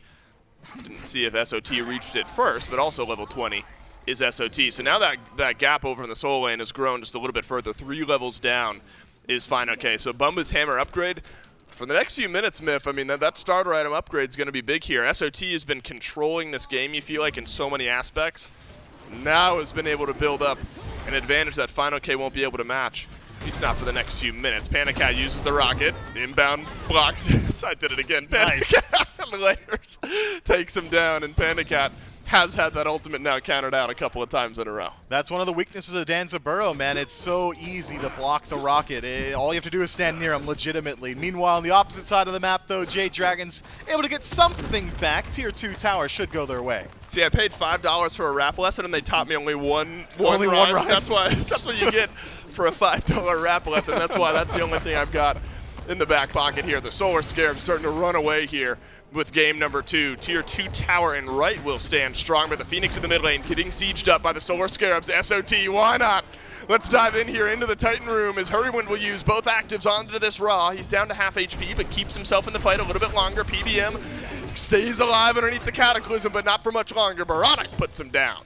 Great job from Layers to make sure Final K isn't able to go back to base here. But you know I gotta do it to him. Zapman, Aegis is nothing, and then Bees is out of the Ragnarok after he'd already been Stone Shield out, man. Is that the opposite of the normal? Yeah, usually he doesn't use the relics. He's self-conscious. It's gotta be.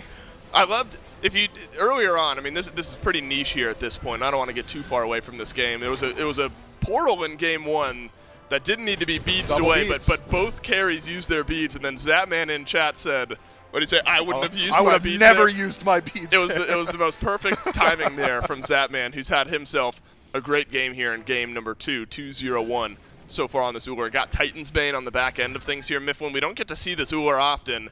Is the scaling feeling okay up against something that we know is pretty strong in the Danza? He's gone for a very ability-focused build, really only one item going for the attack speed, 2 if you want to count boots, but those aren't long for this world, so I won't count them. He does a ton of damage with his abilities so far. I mean, PandaCat, if he takes an axe with no beads available, going to lose out on like 80% of his HP bar. Titan's Bane and Brawler's Beat Stick, just making it so easy for him.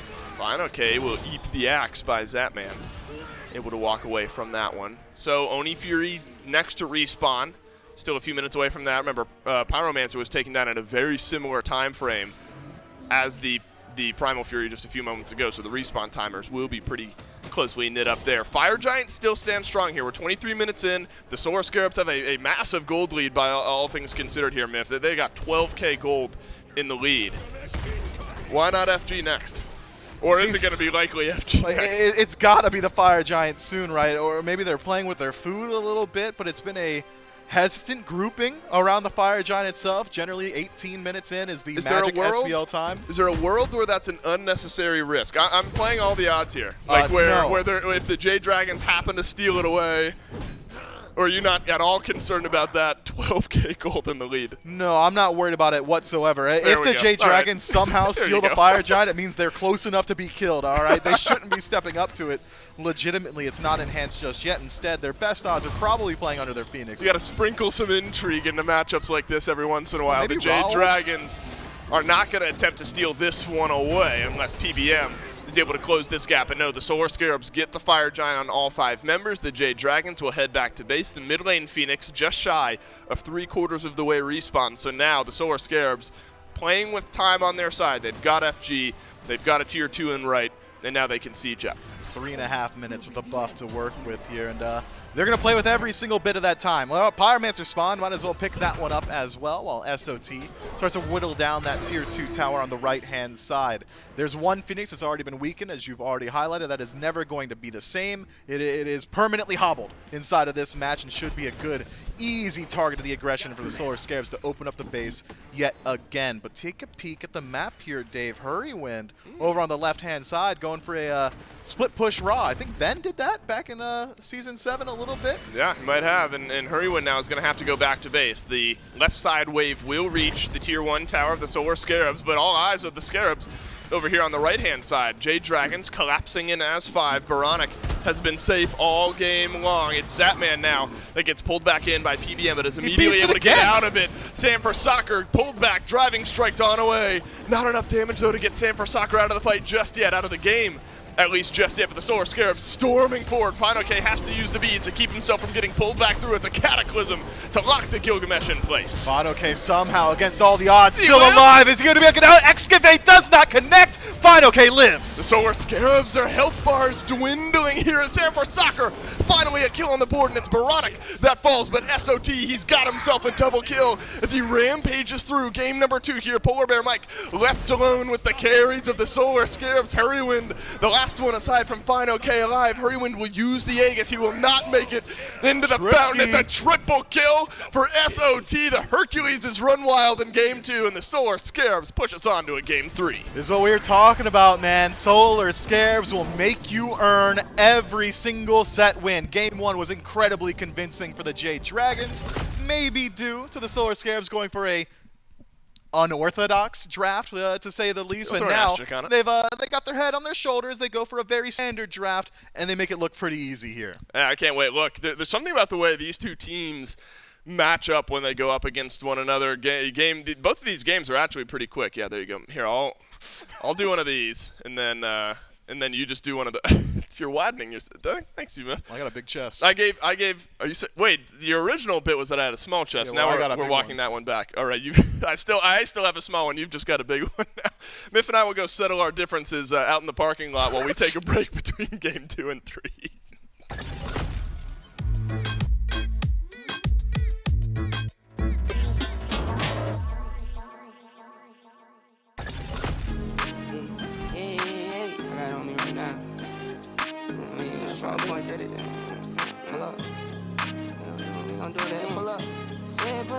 Run it back, pull up.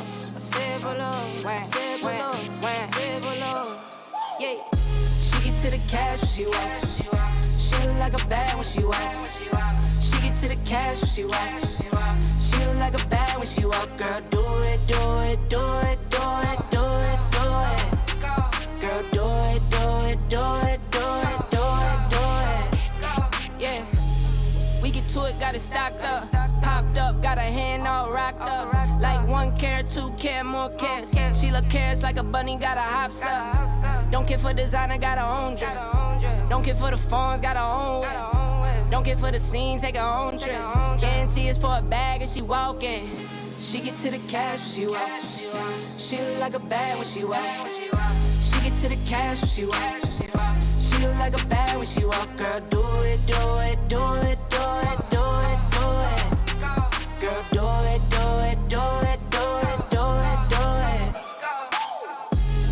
it. Sweet Jesus, I just up the price for the features. I can see the fakes and the leeches. I been getting to it since a fetus. Pull up at the spot, tire squeal. Got her in my passenger, I told her grab the wheel. Friends hating, told her get out, Jordan Peele. But she rocks with me cause she real, for real. She get to the cash when she walk. She look like a bad when she walk. She get to the cash when she walk. She look like a bad when she walk. Girl, do it, do it, do it, do it, do it, do it. Girl, do it, do it, do it, do it, do it, do it. She get to the cash when she walk. She look like a bad when she walk. She get to the cash when she walk. She look like a bad when she walk. Girl, do it, do it, do it, do it, do it, do it. Girl, do it, do it, do it, do it, do it, do it.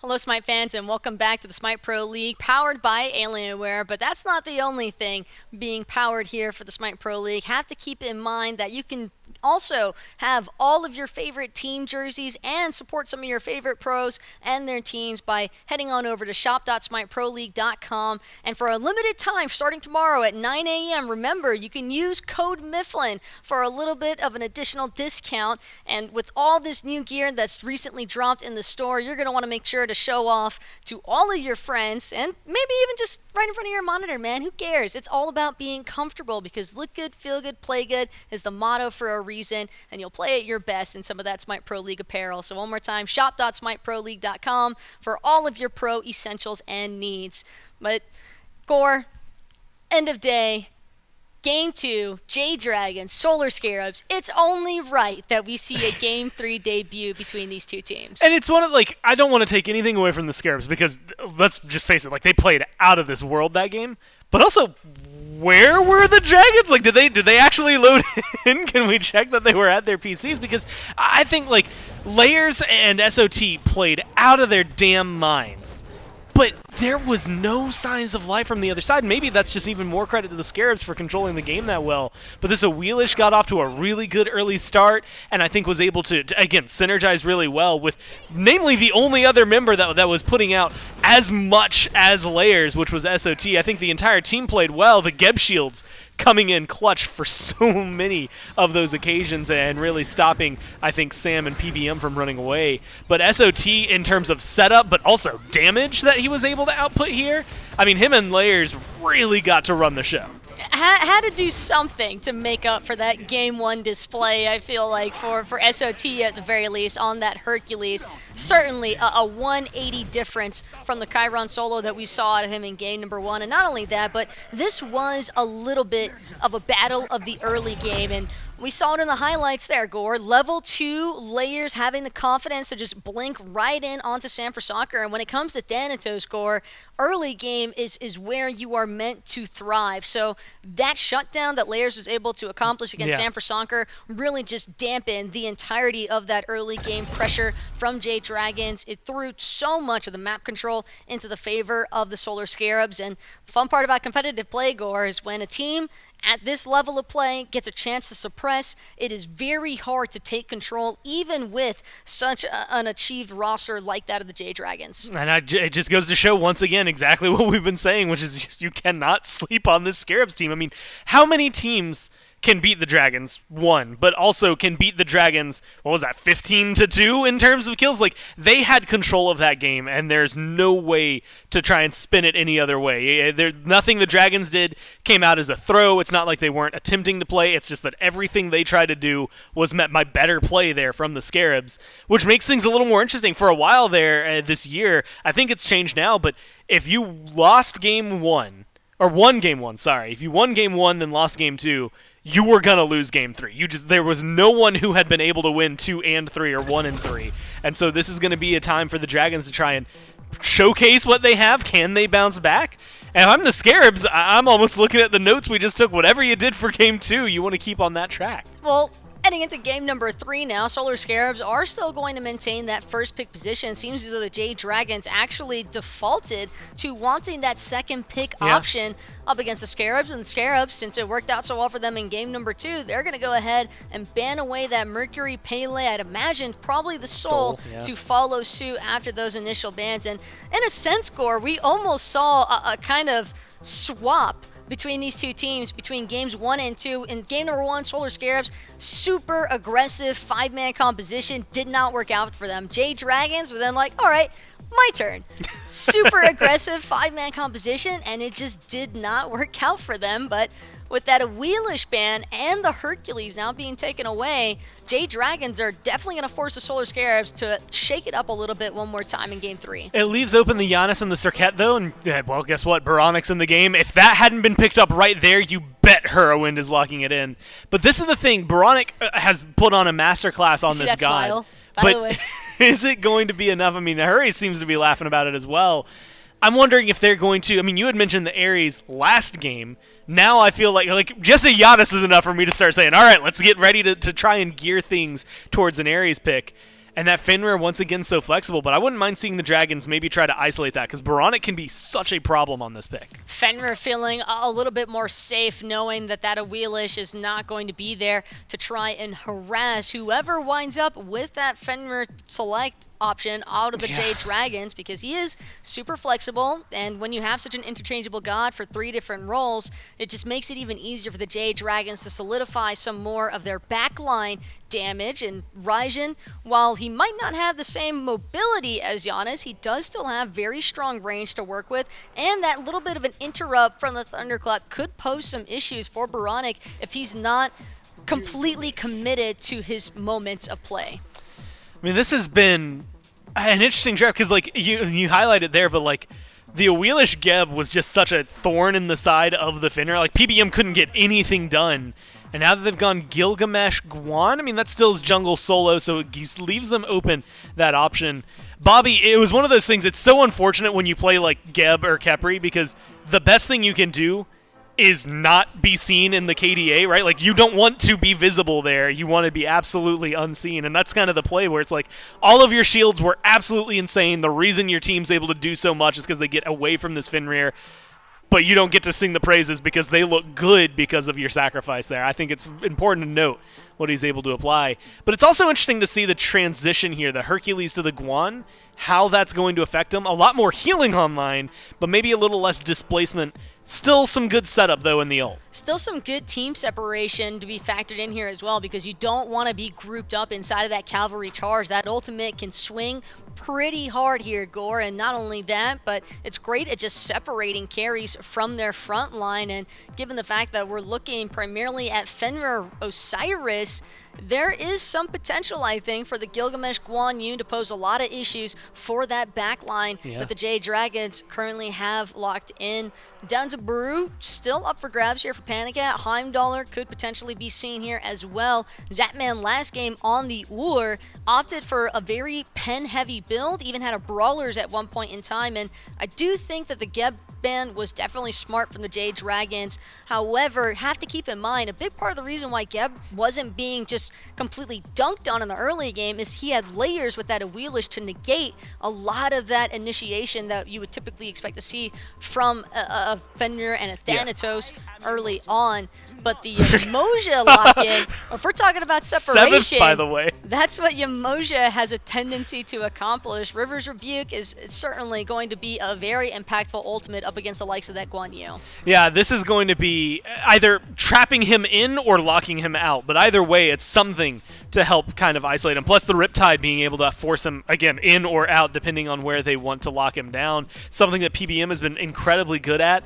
Kind of surprising to see it go this far down, the Loki ban taking precedence over that, so he does only dodge out one game this week, but still, the fact that they are a little more worried on the Scarabs of the Loki than they were something like the Yamoja, I think just goes to showcase how threatening this team can be, plus how threatening that Fenrir can be, because now that ban effectively feels useless, right? You know that Fenrir is going to go into the jungle with the Osiris and the Yamoja locked in. PBM is going to be able to rock this and run down a lot of sustain to keep up with that Guan Yu. What do you think is going to be Baranik's primary focus here on this Giannis, though? Do you think that he has to play this more around just disengage to try and give his team a chance to reach that mid to late game? Or do you think he's just going to try to play taxi driver for his team and look to find a pick early on before Jade Dragons have a chance to rotate in? Man, early on, I think he has to play it a little more patient. Like, I see Fenrir Raijin, I don't want to fight. I don't care who I'm playing.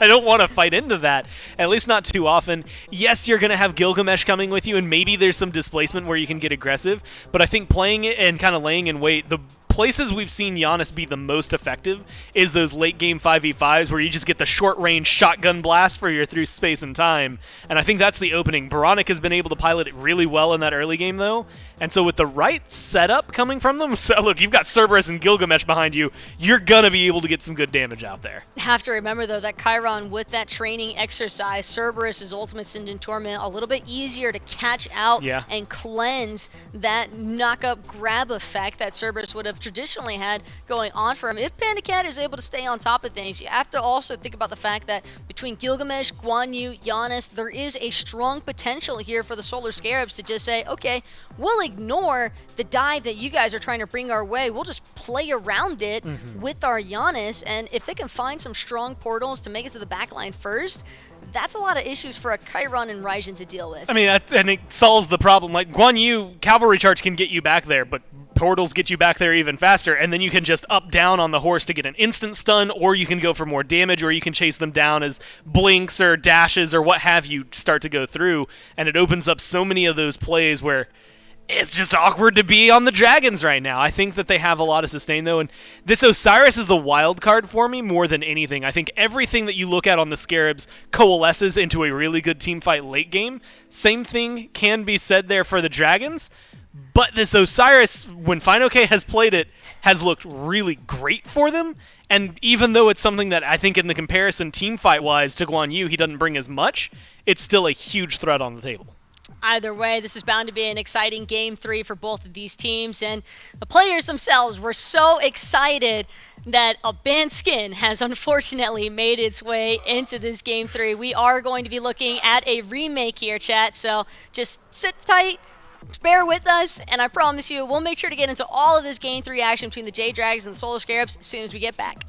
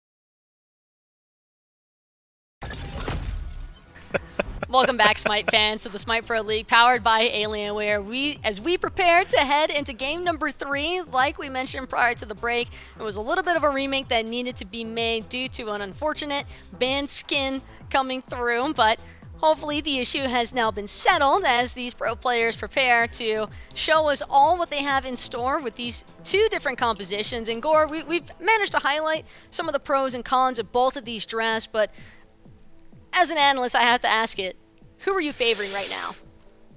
I actually like the Scarabs draft. I think as they go on a little bit later in this game, I think that a 5v5 with their fight and their prowess, like their draft feels a little bit better, but that Fenrir is going to throw a loop in there for me. I think the same thing can be said for the Chiron, just how that matchup versus Uller is going to match up. Not something we've gotten to see too often lately. So I'm really excited for, I think, the duo lane and the jungle throughout all of this, but when it comes to just put them in a vacuum, let them play, if the Scarabs, especially riding the high that was game number 2, can carry this into a 25-ish minute game, they should be able to win all the late game fights in my eyes. And how do you think the Osiris versus Guan Yu matchup actually shakes down in that 1v1 for the laning phase? Do you expect that we're going to see a lot of jungle presence here in the solo lane, or do you anticipate the pressure to be elsewhere? I might just want to avoid it. Like, ganking a Guan Yu just always feels a little tedious. Same thing for an Osiris. Like, they both have really good getaways. The best case scenario, you walk away burning their ult, but otherwise, you're just in a position where you're like, oh, cool, we're hanging out with the Warriors now. Osiris slowed me and I can't chase him anymore. Guan Yu, shred all my protections. Maybe you actually end up taking too much damage on the return of that one. I feel like if I'm the Gilgamesh, I'm looking towards mid, maybe trying to capitalize on Raijin, or maybe over to the duo lane, because even though Chiron and Yamoja have some pretty decent peel, they're definitely going to be some real problematic gods as you transition later on. A lot of natural protection shred, though, available between Guan Yu's Tallow Assault and the Cerberus. Have to remember, Ghastly Breath does do a decent strip away of protections, and that could be problematic because it opens up the doorway, I think, for the Solar Scarabs to have an opportunity to not just have to target focus one at a time. There is a very strong potential here, Gore, I think, due to having 2 different entities for that prot shred, that the carries could look for separate targets at once, and all that chaos could be a worst case scenario for the Jade Dragons. Yeah, I think that's where a lot of what the Scarabs are going to be able to kind of show their prowess, right? Like, if they just get off to a good start, they don't even need to get off to a good start. They could have a bad start for the first 10 minutes, as long as they can maintain a close enough gold deficit. If things go poorly for them early on, I think they can transition into a very chaotic but great for them team fight phase and grouping phase, especially in that mid 3v3. And like you said, with all of the prot shred available to him, Yamoja suddenly becomes a lot more difficult. Like Fenrir, guess what happens when he jumps in? Nothing good for him. Same thing for this Osiris. So I think there's a lot of control. Like, I really do think the Scarabs have set themselves up for success. And Fenrir does have a very strong potential as well to try and harass that Guan Yu, because that Brutalize will be able to follow the cavalry charge all the way through. Granted, have to bear in mind that there's a potential for it to be halted in his moment of like trying to apply that damage, just because of the fact that Guan Yu can get a stun off if he lands on a target at the end of that cavalry charge, or should he look to cancel it early on. But chat, the moment is nearly upon us. I promise you, as much as Gore and I love talking about every single possible aspect that these two compositions I can talk about SMITE all day. Let's go. There's no game 3. It's all me. No, we're ready for the game 3 here, Gord. No more banned skins. Everything's set and ready to be lined up. Dolson, Mifflin, you guys take it away. Sorry, Gormizer, we're taking it away from you over here. Dolson, Mifflin, and Doug, one final time, not only for this set, but for this weekend. Solar Scarabs push the Jade Dragons to 3 once again. Had a little bit of fun there in game 1, Mifflin. Now we move ourselves on to a game number 3 after the Solar Scarabs dominate in game 2. Back to some normalcy as far as drafts go yet again, so we're happy about that through and through. My eyes are on this mid lane here in this game. Hurrywind over on the Raijin. Baronic, though, pulls a big pick in this Giannis. Yeah, Baronic finally getting the Giannis not banned away from him. I think this might be the first time so far here in Season 8 since that first couple of weeks maybe. stretch where he's able to get it 3 times in a row that he's been allowed to play this pick. So you got to expect great things from him on it. Meanwhile, Zapman having a little bit of a dance on his Tier 5 skin. Make sure you always pick those up when they roll around. You never know how long they're going to be around, Smite fans. I got to stop doing these impromptu ads. Got to leave that to the desk. No, man, you're killing it. You can't use a $5 discount code on that. You can What's use that code, by the way? I think it's shop.smiteproleague.com, code Mifflin, I think. And it goes live 9 a.m. tomorrow. Yeah, live 9 a.m. tomorrow. Look at this. Inbound has taken, I think, more damage than he bargained for over here. On the left-hand side, SOT has taken some decent damage. There have been fireworks across the map here in this game. SOT and FineOK have gone toe-to-toe. The duo lane, it feels like, has found these advantages. Level 2 reached first by PBM and Panic Out, so no surprise that Zapman and Inbound pushed back against their Tier 1 tower early into this game. It's a full rune stun onto Baronic, a little bit of damage follow-up from Hurrywin, but Layers is able to do so as well. I don't think any surprise here, Mifflin, that a Chiron Yamoja lane has this much pressure. Zapman, I wouldn't call that close, but low health bars there over on the left-hand side of the map, but Layers finally gets it done here in the mid lane, and Hurrywin goes down for first blood. Man, I was just waiting for my opportunity to say that the 2v2 should favor the Jade Dragons in mid going throughout the early game. Just Yanis doesn't bring nearly as much as Origen. Fenrir has a phenomenal early game as well, but didn't get the opportunity before the Solar Scarabs flipped the script. Oh, Zapman rip-tided back here by PBM, and there won't be any follow-up attempt on the other side of it. Layers is half HP, so now Hurrywin low into level 2, still has a lot of climbing to go to reach level 3 there, so Baronic probably close to a 1-level lead over into the mid lane. We've seen that so much, it feels like, here this weekend, kind of that 2v2 grouping, one of the two junglers commits, and we see first blood somewhere out of the mid lane. Maybe just the state of the meta at the moment, where you can get some of this early damage out of your mid laners, out of your junglers, setting up for a first kill. Yeah, Solar Scarabs now can, I think, honestly rest on their laurels for a little bit as insofar as the mid lane goes. Baronic is going to be looking to scale pretty well into the mid to late game, so doesn't really need to do too much in the near future. Just maintain staying afloat in comparison to Hurrywin, whereas I think the Jade Dragons, they need to expedite this process. This Ryzen incredibly strong in the early. Fenrir incredibly strong in the early as well. That's not to say that they don't also have decent scaling. It's just that the Jade Dragons have a significant advantage with their god selections. Here we go. This is what you want to see if you're the Solar Scarabs or one of their fans. You got these early advantages. Let's push it a little further. Layers grabs the red buff on the invade against the Jade Dragons. His speed buff is up, but guess you can let that one sit there for a little while if you want to. Any rhyme or reason to grabbing that red there versus going back for your own speed? Looking to do a little bit more damage. I don't think he leaves the speed buff up because you just want to make sure you're constantly getting that farm. But he's just looking to find those early kills. I got to believe this Gilgamesh hits hard. Sanford Soccer jumps on in on the back end of a stun from FineOK, but SOT will survive underneath his Tier 1 tower here.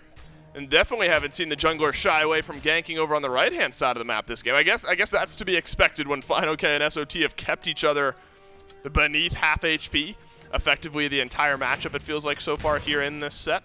We've reached an early rotation out now as Inbound and PBM start to leave their lanes. Now you got to look towards this Yamoja, I think. Rivers Rebuke catching out some of those priority targets here in the early game. He's got decent target selections. If Layers ever uses his own jump, that's going to be very easy to lock him down. SOT, if he ever decides to go into that cavalry charge, well, you talk about how Ymir's Wall can just stop that ultimate in his tracks. Maybe a little bit more of a commitment from Yamoja, being forced to use her own ultimate in exchange, but certainly has that exact same property to it. But PBM hovering this left-hand side, thinking maybe he could step up to Zapman, but gets spotted out and instead just takes a little bit of the farm. Yeah, Inbound on the Cerberus I think is going to be interesting so far here this game, Mifflin. Not so far, but into this game. Don't get to see the Cerberus pick all that often. I mean, it's definitely not out of the realm of normalcy just yet, but maybe a bit on the lower end. Got to get aggressive, jump in there, try to find some engage, and Inbound, I think, on the back end of a good game number 2, has the ability to do that here on this pick here in game 3. Layers forced to use the blink defensively as Sanford Soccer looking to catch him out. Has the Ragnarok available, and no CC immunity means he's going to go along for the ride, but don't want to take him to SOT. Layers jumps on out as the blue buff nearly gets caught by the through space in time. Instead, PBM's found a double stun on the back line with the Yamoja, and Sanford Soccer will fight on. Now the rest of the fight has to rage on without this Fenrir, or so I thought. Sanford Soccer could time his jump well here. Inbound left alone, and Hurrywin with a tight go drums puts the Cerberus down. Late Stygian Torment there from Inbound. Seemed to me that he thought that fight was going to go their way a little bit more so. Positions himself aggressively, jumps in aggressively, but the rest of the Scarabs were not so happy about it. Layers was already dropped low. SOT didn't want any part of it either, so instead, Inbound finds that 3-man Stygian Torment and no follow-up. Like this from Mike as well. Let's invade some of these back camps, strip away a couple of the Harpies. Not going to reset the cooldown on those, so Layers has got a sad surprise waiting around at the corner when he moves over to grab his speed buff here in just a few seconds. Baronic reaches that level 6 mark as the red buff is handed on over towards himself. We've seen some of the early damage that this Giannis wants to provide here, but it's Hurrywin who's now gotten himself back into the game. You can see some of that early power myth when the Tycho drums, the utility and the damage in the first couple minutes made a big difference. And the aggression that Raijin has afforded. Uses the Thunderclap aggressively there, closes in onto both Layers, and Baronic was able to separate the fight as well. Not so hard for him when he's got the backup of Sanford Soccer, when he's got Polar Bear Mike there to keep him topped off in the HP department as well. Jade Dragon's come away with a very good draft here. Layers starting to work his way through his own jungle, but there's been a much slower pace than what we've become accustomed to in this set. Absolutely, and look, things have been slow over here on the right-hand side, but Final K's already built up to a 2-level lead over SOT, as SOT will get stunned down here shortly, but he'll walk out of range of the tether there. We've seen Final K pushed back beneath his tower in the previous couple of matchups. I mean, it was a tough matchup into the Chiron, then the Hercules was really driving things there in game 2. A minute ago, you were looking at the player damage charts, and Final K is effectively doubling up what SOT can. And so no surprise that that's the direction that lane is gone. Sanford Soccer uses the Ragnarok, dodges out the through space in time, but Layers makes Sam pay for going in too far. Layers will jump on out, but Hurrywin will jump on in and get the kill onto this Gilgamesh. Inbound, taunted on away. The stun will not connect from PBM, but the River's Rebuke keeps Inbound right where he is, who leaps on back in. Baronic's got enough damage to grab the kill, but PBM will get Inbound once more. Yet again, it's a 2-for-2 trade across the board. Final K tries to rejoin the fight with his team. Baronic it's the other way. Going for the back. PBM doesn't have the vision that we do, Dave, so doesn't see him back into those back camps, and he does make his way out of there. Final K not quite able to finish off that kill. Baronic a little bit too slippery on this Giannis, and that's the pace we've become accustomed to inside of this set. Now 6 kills in 7 minutes. It's just these minute opportunities that erupt on the map, and both teams very willing to scrap. And it feels like for the first time in this set, we are 7.5 minutes in, and neither of these two teams have like a 2K goal lead or something like that over one another. It's very short.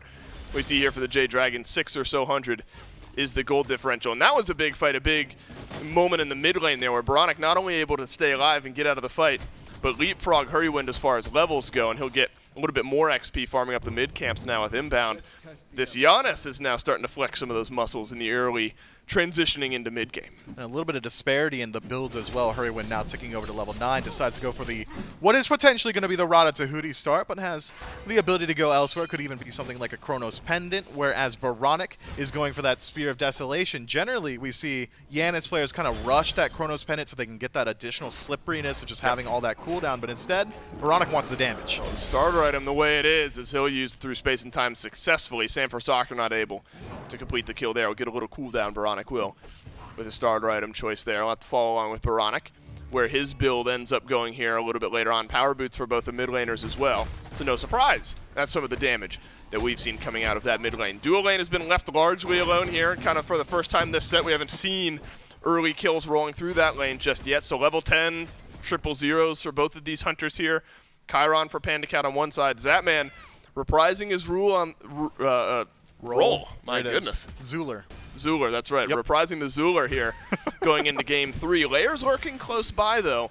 Always the potential for big immediate bursts that Panda Cat isn't ready for, especially if you got the assist of Layers, but the gallop away will keep Panda Cat alive. But look at this. Tier 1 tower dive thought about, but not committed on. That was a enthusiastic ultimate, an overzealous ultimate. It was interesting from Layers there, thinking that maybe he would be able to lock him down with the Winds of Shamash. With dropkick already used, as was the leap, there was no way for him to close the gap and find the pull back in. Panda Cat, with superior positioning and decent usage of the beads, does maintain his life, but having used the beads means he no longer has that CC immunity available to him. Gotta believe that Layers is going to try and circle back in the next 2 or so minutes and try to make full use of that. It is Deso for Baronic as we check back in there, so conditional cooldown on top of the starter item. Charon's coin. And then Charon's coin for Hurrywin. So you'll look to build up some of the, or he'll look rather to build up some of those stacks here on this Raijin and get things off and running a little bit more so than they already have 2 kills and an assist already, so participated in all 3 of the kills. As we've seen a lot of fighting centric around this mid lane so far here in this set. And I think Layers has stepped up pretty big here as well, not only in Game 2, but early on here in Game 3, 2-1-1 on this Gilgamesh, making some use of that lockdown. And he finishes up his first quest and gets the hidden dagger for it, and immediately decides to get rid of that for the gold itself. I'm not trying to build some crit. I want consistent damage. Looks like it's going to be a stone-cutting sword as Zapman finds PBM and Panda Cat. Oh, Zapman eats way too much damage. A couple of the snipes miss, but enough of them hit to set up Sanford Soccer for the leap in. And down goes Zapman for the first time this game, and the Jade Dragons for the first time will grab a slight advantage in the kills department. I could be totally incorrect there. They probably had more kills early on in this game than the Scarabs did. But now a 1 kill advantage here, about 1,000 gold in the lead as well. The Jade Dragons have quietly built that up on the back end of some kills, and then 1 more on Zapman. I thought maybe we'd see the Jade Dragons try and go for that gold for you, consider they had the aggressive grouping, but instead it's going to be a reset back to neutral, strip away this purple buff, and push their lead passively in that sense. But for now, the Solar Scarabs don't have to worry too much about it. Sure, the Jade Dragons have a lead, but it's a paltry lead at about 1,300 gold. XP, a little bit of a different story. 1 level inside of the Soul Lane, 1 level in the jungle, and about 1,500 globally across the map. I like what we're seeing so far from the Dragons, but I do want to see Sanford Soccer be a little bit more aggressive with these ultimates. In particular, we saw Inbound channeling the breath there against him, doesn't have any CC immunity available to him. Once he's doing that, has to cancel it early to find the Stygian Torment if he's worried about the Ragnarok. Could have been an opportunity for Sam to pick him up. Well, Fine continues to put pressure onto SOT here on the right-hand side of the map. Blue buff will respawn here shortly, so I want to see where Sanford Soccer starts to path. If that's something that you look to do here on the right, if you're the Jade Dragons, put some pressure on the blue buff of SOT, especially since could have been enhanced, but instead Sanford Soccer will take down the Greater Scorpion on the right-hand side, so likely we'll head on back and pick that one up. His Layers lurking in the mid lane here. Sanford Soccer spotted out by a ward. Would have been a 3 versus 2 should the Solar Scarabs had looked on a commit there, but it seems, Miff, both teams somewhat okay with slowing things down just a bit here. It is a Game 3 situation. Loser loses the set inside of this one, so it makes sense to me that we see a little bit more trepidation inside the decision-making. But for now, the next POI on the map has got to be this gold for you. We're about 13 minutes in. These guys are starting to approach level 12, or they're already there picking up those second relics, which means it's going to be a lot easier for them to start to pick these engagements. It'll have Sanford Soccer likely going towards the beads, as will Layers, which is going to allow them to play a lot more aggressively as well, which could lend itself rather to some more aggressive play across the map. Layers adds beads to his back pocket, already had the blink, so now have both of those actives moving into the mid game here. And so Layers look for some of those engages, picks up the stone cutting sword to match what Sanford Soccer has there over on the Fenrir. I'll hold this thought. We'll see if a purple buff invade comes through. It does. Sanford Soccer's got a double stun, but it's a double leap away from both Zapman and Layers. The snipes too, connecting there onto Zap, who has to use the Aegis to stay alive there underneath his tier 2 tower. Might have been just enough health to stay alive, but Zapman didn't want to roll those dice. I'm gonna keep it a buck, man. I don't think there's any world. You want to keep it $5? Stop it! Stop reminding them, guys. It's code Mifflin. That's the $5. That's the deal. I'm pretty sure Zapman doesn't need to use the Aegis there. Here's the thing. I didn't either, but no chance I'm saying that, right? I'm not committing onto that one. Inbound into the River's Rebuke as Sanford Soccer will brutalize the Cerberus down. Will he survive, though? Some healing coming through from PBM has kept Sanford Soccer into the fight a little bit longer, but Zapman respawns. Baronic rotates in. And now PBM and Sanford Soccer both down. Layers no good on the kick, but the Aegis just in time. Layers has the range, though, and Panda Cat also falls 3 for 1. Scarabs will take that every day of the week. Scarabs separate that fight so well. Final K and Hurrywin not allowed to enter the fray whatsoever, and unknowing of standing on this ward allows the Solar Scarabs to find this collapse. Here, right? Wow, the Jade Dragons, this is 2 versus 4. Hurrywin uses both actives, but no matter. Layers has got the drop kick. Big stun on the back end from FineOK might be enough to save the life of this Osiris, and I say might because there's still damage, there's still a portal, and there's still a Zapman swinging away in the back line. Layers has got the double, and the Solar Scarabs in one big swing, Mifflin regain control of the game. 35 seconds on Osiris, 20 seconds on the Raijin, and Gold Fury already under attack. Solar Scarabs should be able to pick up this neutral objective. Sanford Soccer is on the rotation, but he can't get there in time. You wouldn't think, and would have been a tall task for Sanford Soccer to jump in, steal that one away. There are some low health targets on the Solar Scarabs, Layers, SOT notably, but neither of them in range of Sam on the re-engage there. What a fight that was. What a sequence of events that was from Layers, who's really stepped up here in game number 3. 5-1 and 2 on this Gilgamesh, affecting 7 of the 8 kills. And again, around the purple buff, I'll hold that thought, as that man is going to get Ragnaroked right back in, but he's got health, he's got the leap, and he's got an escape. PBM, no Omi, which means no follow-up, now left isolated as Sanford Soccer dropped low, does not want to join the engagement. Pandacat rejoining it himself, uses the Centaurus maybe to try and find the slow here, but nobody's around to follow up, so just going to go ahead and let that one fizzle. Solar Scarabs come out ahead on that engagement, perfectly fine. 3 kills for none, Gold Fury as well, and they confirm their own purple. Clean play from the Order side team. Yeah, not bad. Pandacat has to use his ultimate there. Sanford Soccer has to use his as well, so the Ragnarok off the map for just a little bit longer. Actives almost all down for the Jade Dragons here. Mifflin Blink just being reset by damage there for FineOK, but Beads really for PBM. The only notable active that's still up. Almost the exact opposite for the Solar Scarabs on the other side. It's really kind of 50 seconds to a minute now where there's a serious relic advantage for the Solar Scarabs. One way to push that around this Pyro. Now the Jade Dragons forced to answer a difficult question. Do we step up for the defense, or do we even know about it? Couldn't tell based on the positioning of the map. Solar Scarabs take another neutral objective absolutely for free. 16.5 minutes means that they can't really look towards the Fire Giant, but the gold lead itself, 3,000, it's pretty sizable. Yeah, and it's all in one big spike. You know, the time on the top there is short enough now that you're looking at like a 30-second swing, you know, a minute or two maybe, where 3K gold and 4K XP got ripped away from the Jade Dragons, now in control of the Solar Scarabs by and far and away. The largest lead we've seen so far here. Masked apparently not only a start for the characters here in this game. SOT starts with the mask, inbound adds it a bit later on in that build, looking to do some extra damage. Yeah, and it's going to be a good deal of extra damage. That is a lot of power for the cheap for inbound here, picking it up slightly into his build, but he is sacrificing a good deal of survivability. Doesn't seem like it's much of his concern, and we get to get a little bit of a relic roundup as well. It's not actually the Blink picked up for this Cerberus, but instead it's the Ankh getting picked up. PBM doesn't get to really select his healing targets. It's his auto attacks as well as his second ability that bounces between his teammates to apply that heal, which means anyone who's affected by Ankh is not only going to get reduced healing, but also take additional percentage damage. Hold on, Doug, can you hover the mask again? Not on the stats. I just want to see the... I'm nervous at whoever the model was for the mask there. Those are some wide, nervous eyes. Sorry, I'm not going to pull us off the track here. Too late. I'm off.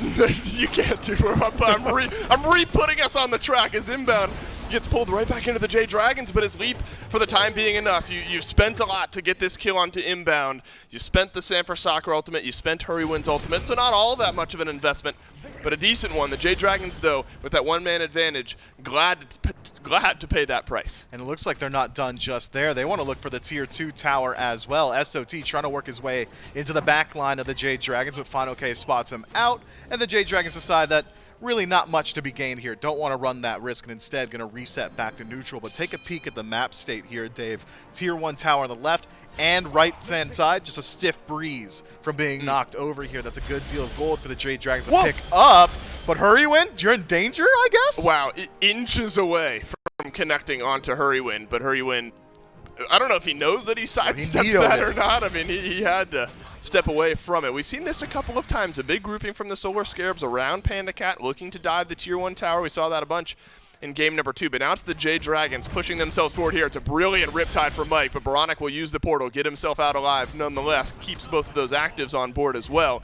Solar Scarabs play that one close. Jade Dragons trying to find a pick, unable to do so. Oni Fury going to be spawning very soon. That's why you see both these teams have so much emphasis on the left-hand side of the map. Whichever squad is able to find a pick or strip away beads or force a panic relic, which is why we see Polar Bear Mike so willing to step forward aggressively, is going to have a huge advantage going to this neutral objective fight. But take a peek at the damage, You don't Dave. see that often. Jade Dragons just at the top, through and through. Yeah, PBM has more damage than everyone on the Solar Scarabs, as now SOT with the Talu Assault will chip away just enough damage to get right back on top of Mike here, which is so interesting considering the way that this game has gone, where the Jade Dragons apparently have done all this damage, but it's the Solar Scarabs with a 3,000 gold lead with a 2 kill lead here in this game. Hurrywind is the one who's gotten taken down a few times, so the prime targets maybe haven't been the tankiest up against the Solar Scarabs just yet, whereas on the other side it's Inbound who's died a lot. I mean, you're really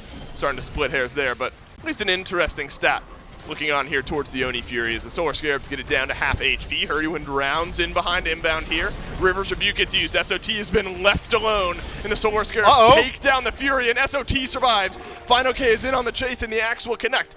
And SOT is a sacrificial lamb. And now it's San for Soccer alone in the back. Gets the beads off of Zapman, but costs him 50% of his HP bar. A gets used as well. No. And Zapman, using the relics properly, finds the kill. That's a double kill for Layers now on this Gilgamesh as the re-engagement comes through. Thorns used by Final K trying to chop away the health bar of Layers. And the stun will be onto one, but Final K, you gotta leave.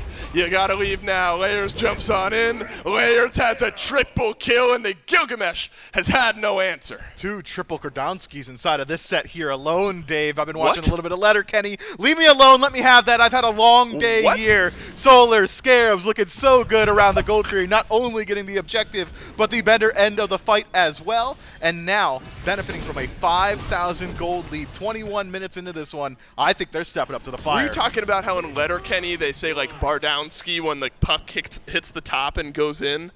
Triple Bardowski? Yeah, right. Like what?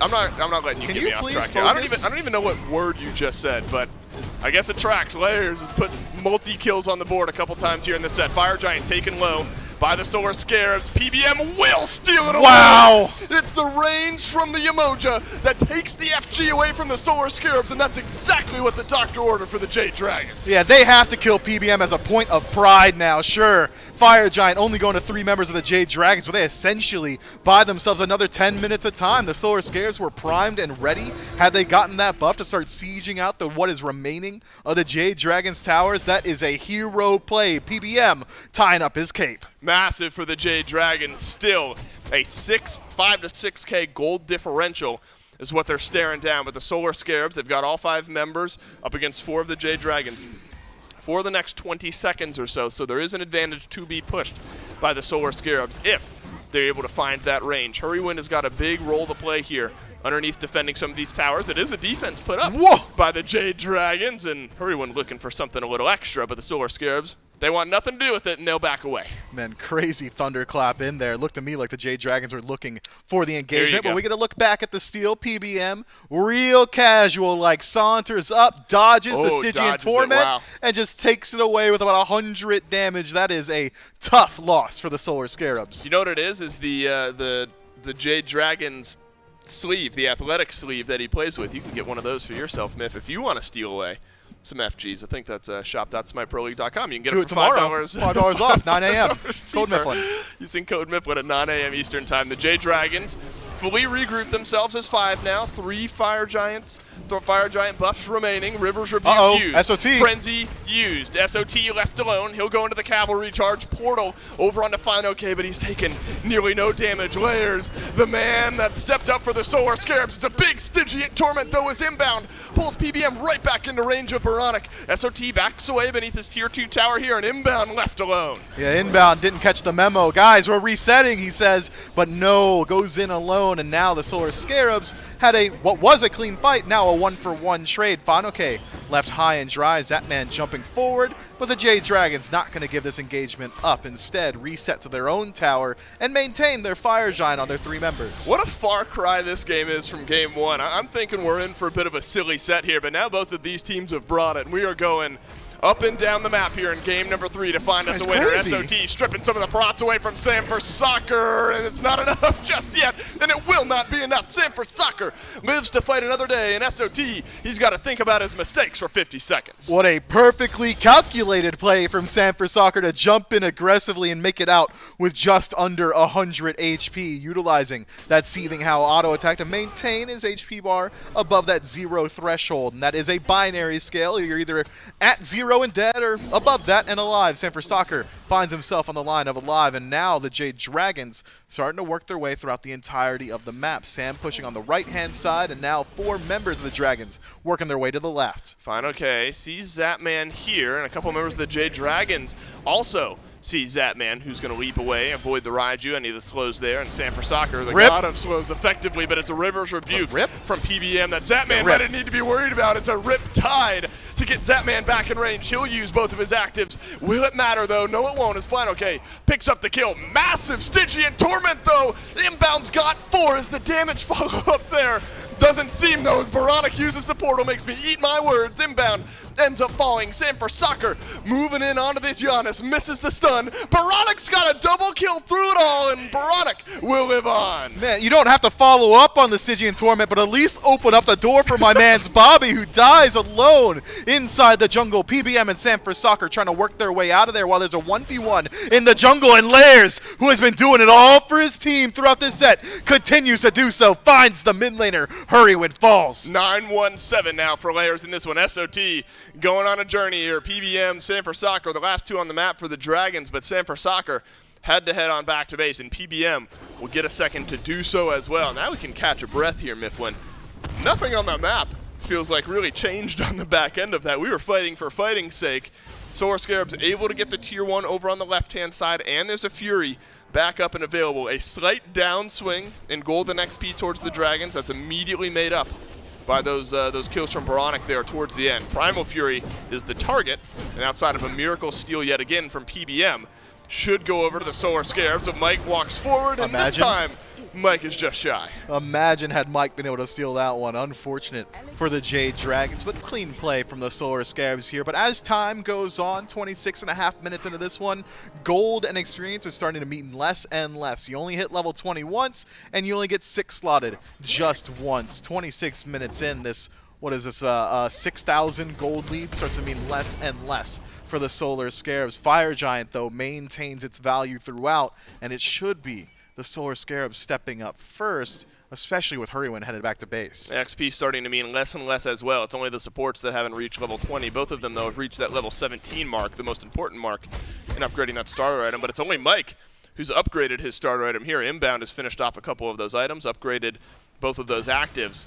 And so now the final piece of that build has got to be the starter item now. Solar Scarabs and Jade Dragons, game number 3, final set of the week. This one hangs in the balance. You've got to look towards this next Fire Giant. 27 minutes in, won't be enhanced just yet, but could likely decide the winner here depending on how heavily it goes one way or another.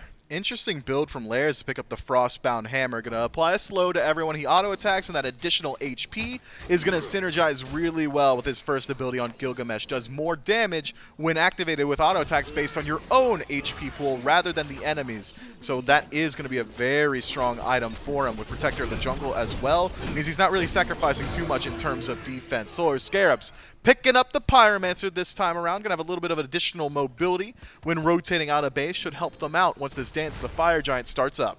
Compassion picked up here for SOT as well. Saw him pick up Benevolence, but that ended up being Animosity the other day. But this time around, it'll be the Compassion on this Guan Yu. Both teams are going to play this one a little bit quietly. Sam for Soccer lurking to the left. Layers providing bodyguard duties over to Zapman. Fire Giant started up here. Final K and Hurrywin take some damage from Baronic, who's lurking over the right-hand wall here as the Honest will back away. PBM attempting to get in range. Fire Giant melting quickly, but it's only 2 members of the Solar Scarabs that are on it, so not as fast as you'd maybe like. SOT is going to get stunned here by Sam.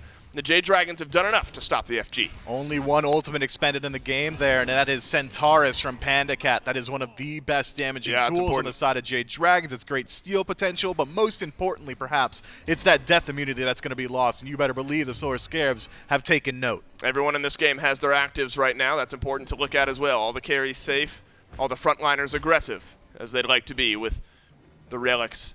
And their status now is 29 minutes have gone by. Fire Giant, a minute shy of turning on over into the Enhanced Variety. We've seen the Solar Scarabs do this before. Zapman and Layers, 1-2 punch onto the Fire Giant. Inbound taken down to half HP in the backline, though. You've got to be careful now if you're the Solar Scarabs. Your big engage tool, the Stygian Torment, has got to be used safely. It's a Riptide from PBM, but then a leap away from inbound. Baronic had the portal there just in case, and one more time, the FG is going to get reset. SOT can sustain inbound back up if he so chooses, but being 50% HP, that would take so long. Jade Dragons don't have wards deep enough in the enemy jungle to realize that the Solar Scarabs just lost half of their fighting power to heading back to base, so both squads going to go ahead and reset here. This has been a high-stakes match, 30 minutes in, with the whole set riding on the line. Neither team willing to make any mistakes here, and still, Pandacat finally getting his ultimate back available to him. That Centaurus should make the difference in this next engagement. But Dave, that was an entire FG dance, skirmishes, people go back to base, go take these engagements as well. Not a single relic used across the board. We are coming into this next engagement essentially at dead even. It is about an 8,000 gold lead in favor of the Solar Scarabs, who have finished up a lot of their builds already. And it's just Sam for Soccer looking to finish up his 6-slotted item. Yeah, he sold off the starter there. We'll see where Sam ends up going. Maybe picked up Power Pod or something of the like to give himself a little extra. Moving around this FG. Sam is now behind the FG pit. Had been over on the left. Wonder if that throws the Solar Scarabs for a loop. There is no ward coverage back behind the FG pit here, so Sam for Soccer will be able to walk around undetected if he is able to do so. Now it's the Solar Scarabs making a bit of a different call. They're going to rotate on in towards the Tier 2 tower in mid here. The Jade Dragons able to respond in kind. We've abandoned the FG in exchange for a bit of a shuffle onto the left. Yeah, just generating threat on the map, trying to find someone stepping up to defend this Tier 2 tower and apply some poke to him. Unfortunately for the Scarabs, it's fine okay. Mike stuns down onto inbound. All it might take is one River's Rebuke to catch out a priority target here. The priority might not be inbound, given the fact Sam that Cerberus is so tanky. He's like, they're coming back, I swear. They're going to be here any moment. Instead, the Solar Scarabs are not. Their eyes are over towards this Oni Fury. The Jade Dragons have read it well, though, and they'll rotate in. Where did the Hellfire go? Mike nearly evaporates under the damage of the Solar Scarab. Stygian Torment pulls the Yamoja right back in. Winds of Shamash is going to separate out this fight as Layers tries to find a kick on the fight, okay, and he's got it. It's a 2-kill swing for the Scarabs, and the Dragons have to leave. Interesting decision from the Dragons to follow them all the way to the gold free. Got to think that with 5 members of the Scarabs heading to the left-hand side, just pull the Fire Giant. I mean, Sam was waiting there the whole time. He was ready for it, but instead, they follow him all the way over to the left-hand side, and the Solar Scarabs, well, they like their odds in that fight. Take it 2-0. Now, the Enhanced Fire Giant, 32 minutes in, going to strip away backdoor protections. No longer do you need minions once you pick up this buff. Just going to go ahead and walk straight to the towers. Panda and Hurry both have some range in their ultimates, but do not want to step forward under the risk of going down. If one of the 2 carries dies at this point in the game, Solar Scarabs probably would have gotten the FG and pushed it even further as well. Just 2 low odds of a play to look for there if you're Hurrywind or Panicat. Oni Fury stands strong still. That's going to help with some of the push power that the Solar Scarabs are looking for. If you're the Dragons, I suppose the good news is that you've got 3 Tier 2 towers left, no open Phoenixes yet. They'll go down quickly, don't get me wrong, but there's at least some structure outside of your base standing that the Scarabs have to work through. I wonder if that's even good news. These Tier 2 towers are wet paper at this point. I don't think the Jade Dragons are going to step up to it at all. 2 seconds off the clock for each tower. I suppose so. Enhanced Fire Giant, that is 6 less seconds on the map right there. They're going to work their way through these Tier 2 towers, but Solar Scarabs don't seem too concerned about it. And with these Oni minion waves starting to group up for them and start to push down these lanes, means that they might not even have to work through every individual tower. Instead, the Solar Scarabs can pick one lane to focus on with all of their gods and just force the Jade Dragons to respond in numbers, creating the scenario where these Oni minion waves could just push their way through. Yeah, up the map they go, the Oni waves, that is. The rest of the Solar Scarabs tanky enough that you can probably just walk at these Tier 2 towers, and that's exactly what will happen here. Layers combining with SOT. And how important now is some of the build we've seen from Layers in the game plan that the Solar Scarabs have brought to the table. It's been just a 1-2 pull on some of the objectives between Layers and Zapman. Now you can send Layers with some of that auto attack based build into the mid lane. It's a bit of a hybrid build maybe from Layers, but it's worked out. He's 10-1-8, and this Gilgamesh has just not had any sort of answer from the Jade Dragons. Yeah, the Layers is deceptively tanky when taking fights inside the jungle. That's why he's able to sustain up the Fire Giant the entire time. Phoenix already down to 50%. Sanford Soccer finds Layers. He's got Layers, but Winds of Shamash goes down, and Sanford Soccer just left alone here. Divine is Layers, and the Solar Scarabs happy about it. Baronic will have to use the portal. He'll dash on out of the fight here. Left side Phoenix has gone down as Layers eats the stun from Fine OK, but the health bar is dwindling. Hurrywin in the backline gets off of full Tycho drums here. Inbound is stunned on through. SOT surging back forward. Fine OK needs to survive, and survive he will. He'll go back into the fountain. It looks like the Solar Scarabs have had enough. Left side, Phoenix already taken away. Mid Phoenix, the exact same. And those Oni minion waves, yeah, they're working their way down the right-hand side. And with all the sustain from SOT and the Fire Giant, Solar Scarabs do not need to head back to base here. Sanford Soccer dead for 30 seconds. That is a 30-second power play for the Solar Scarabs. Yeah, Dragons, aren't you happy you had those tier 2 towers across the map? All of the Phoenixes are gone. The Solar Scarabs are on the precipice of taking down the Jade Dragons yet again here. Game number 3, 35 minutes in. Solar Scarabs have the enhanced Fire Giant for another minute, and so the Titan siege begins. It's SOT alone onto the Titan, but he will back away. The Titan gets reset. Zapman riptided back through, has the beads, uses them this time, and he'll stay alive. He does, but it doesn't seem like the Scarabs are willing to give it up just yet. Maybe they head back to base here. Only 50 seconds left on that buff, so instead they are going to go ahead and reset to neutral. But Bobby, late on the uptake, picked up by Sanford Soccer, but the rest of the boys are here! They're re-engaging. It's through space and time that brings the Scarabs right back into the fray. Sanford Soccer is able to stay in the fight, though inbound down for a minute. SOT left alone in the base of the Jade Dragons, and he will survive no more. Hurrywind has picked up the return kill. Zapman gunned down by Panda Cat. Now the Solar Scarabs, they only have 2. Tycho drums won't hit their mark, but Layers and Baronic, they might have to defend here. It's the envelopment from the Jade Dragons in the backline. Sanford Soccer keeps the Titan alive. Baronic able to get out with the Aegis. Layers doing his best to sidestep some of the damage. Fire minions have found their way on into the Titan, but for a moment we can breathe. Sanford Soccer finally able to clear them all out, but Baronic, looking for that backdoor potential, just shows himself on the map inside these minions. Whoa, nobody Layers! can raise or pick him up, but Layers finds Hurrywind in mid. This is a back and forth battle. Solar Scarabs from the brink. I thought maybe for a moment we'd see the Jade Dragons turn this one around, but Layers is always there for his team. 12-1-8, 20 affected kills. Baronic deserves some love here too. 6-0-10 on the honest. All of the Solar Scarabs have stepped up in game number 3. Here's the biggest threat though, Mifflin. Dropship. Yeah, the Solar Scarabs are down by a couple members. They're going to be back up in a few seconds. 35 seconds. There is no Hurrywind, and that Titan has nearly no HP left on it. Baronic could find a big ultimate, and the Solar Scarabs could follow up onto the big Titan. Just walk in. I mean, look how low that Titan HP is. It's maybe an unstable vortex, maybe a hail of arrows from Zapman. All the Scarabs have to do is get in range. That's the entirety of the game plan here. They got a good ult to do it. They can walk through Jade Dragons. That's all they have to do. They got a good ult to do it. They got it through space and time, so we'll see if the Solar Scarabs are able to capitalize on this one. Through space and time, flies in. Inbound makes his way through the river. It's just him! He's alone in onto the Titan, but the rest of the Solar Scarabs follow up. Down go the Titan, and down goes the Jade Dragons. Solar Scarabs, the kryptonite for this Jade Dragons roster. That is the second time they were able to take them down in a set win. Clean plays across the board here. Don't do that. Why? What happened there, Miff? Did we take our problems outside between game 2 and 3 or something? Talk about the game, Dave. Is everything okay? Yeah, I'm good. I'm good. No, it's actually... I'm good. You're all right? So yes. We can't talk about the game here. We can talk about Solar Scarabs and the game plan they brought to the table here. The Jade Dragon showed some pushback, but after game 1, I think all bets were off, Miff. And here in game 3, the Solar Scarabs were able to capitalize on some ridiculous performances. I think Layers deserves every amount of shout-out that he's gotten. And Baronic had a good game too, huh, Miff? He sure did, Dave. He had a really good game too, Dave. Whatever you want, Dave. It looked great, Miff. We'll get you a nice raw steak or something. I don't know what you do for a black eye. The Solar Scarabs, they get it done against the Dragons yet again. Miff and I will take a break in the green room, not out in the parking lot. And the desk will be right back to break it down.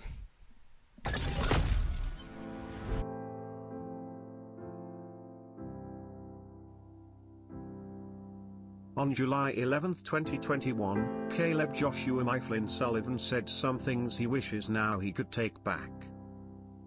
You think we see a game 3 here then, Mifflin? You know, I'm not much of a betting man. Well, yeah, I am. Yeah, all right. Everyone in chat, match me right here. $5. I got it on the Tartarus Titans. I'm not allowed to say that, I'm pretty sure. I Are might you get in paying trouble. everybody? Yeah. How many people are in the chat right now? I'll pay every single one of you $5 if the Titans lose.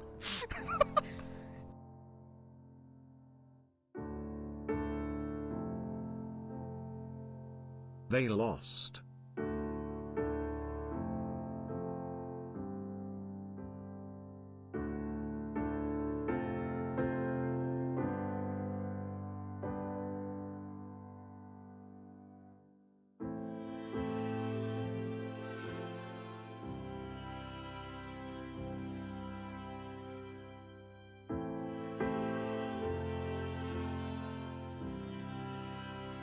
Alright, chat. Look at me. This one's for you guys. You can just come get your money. I don't even want it, dude. Taco, you can pick it up with chat too.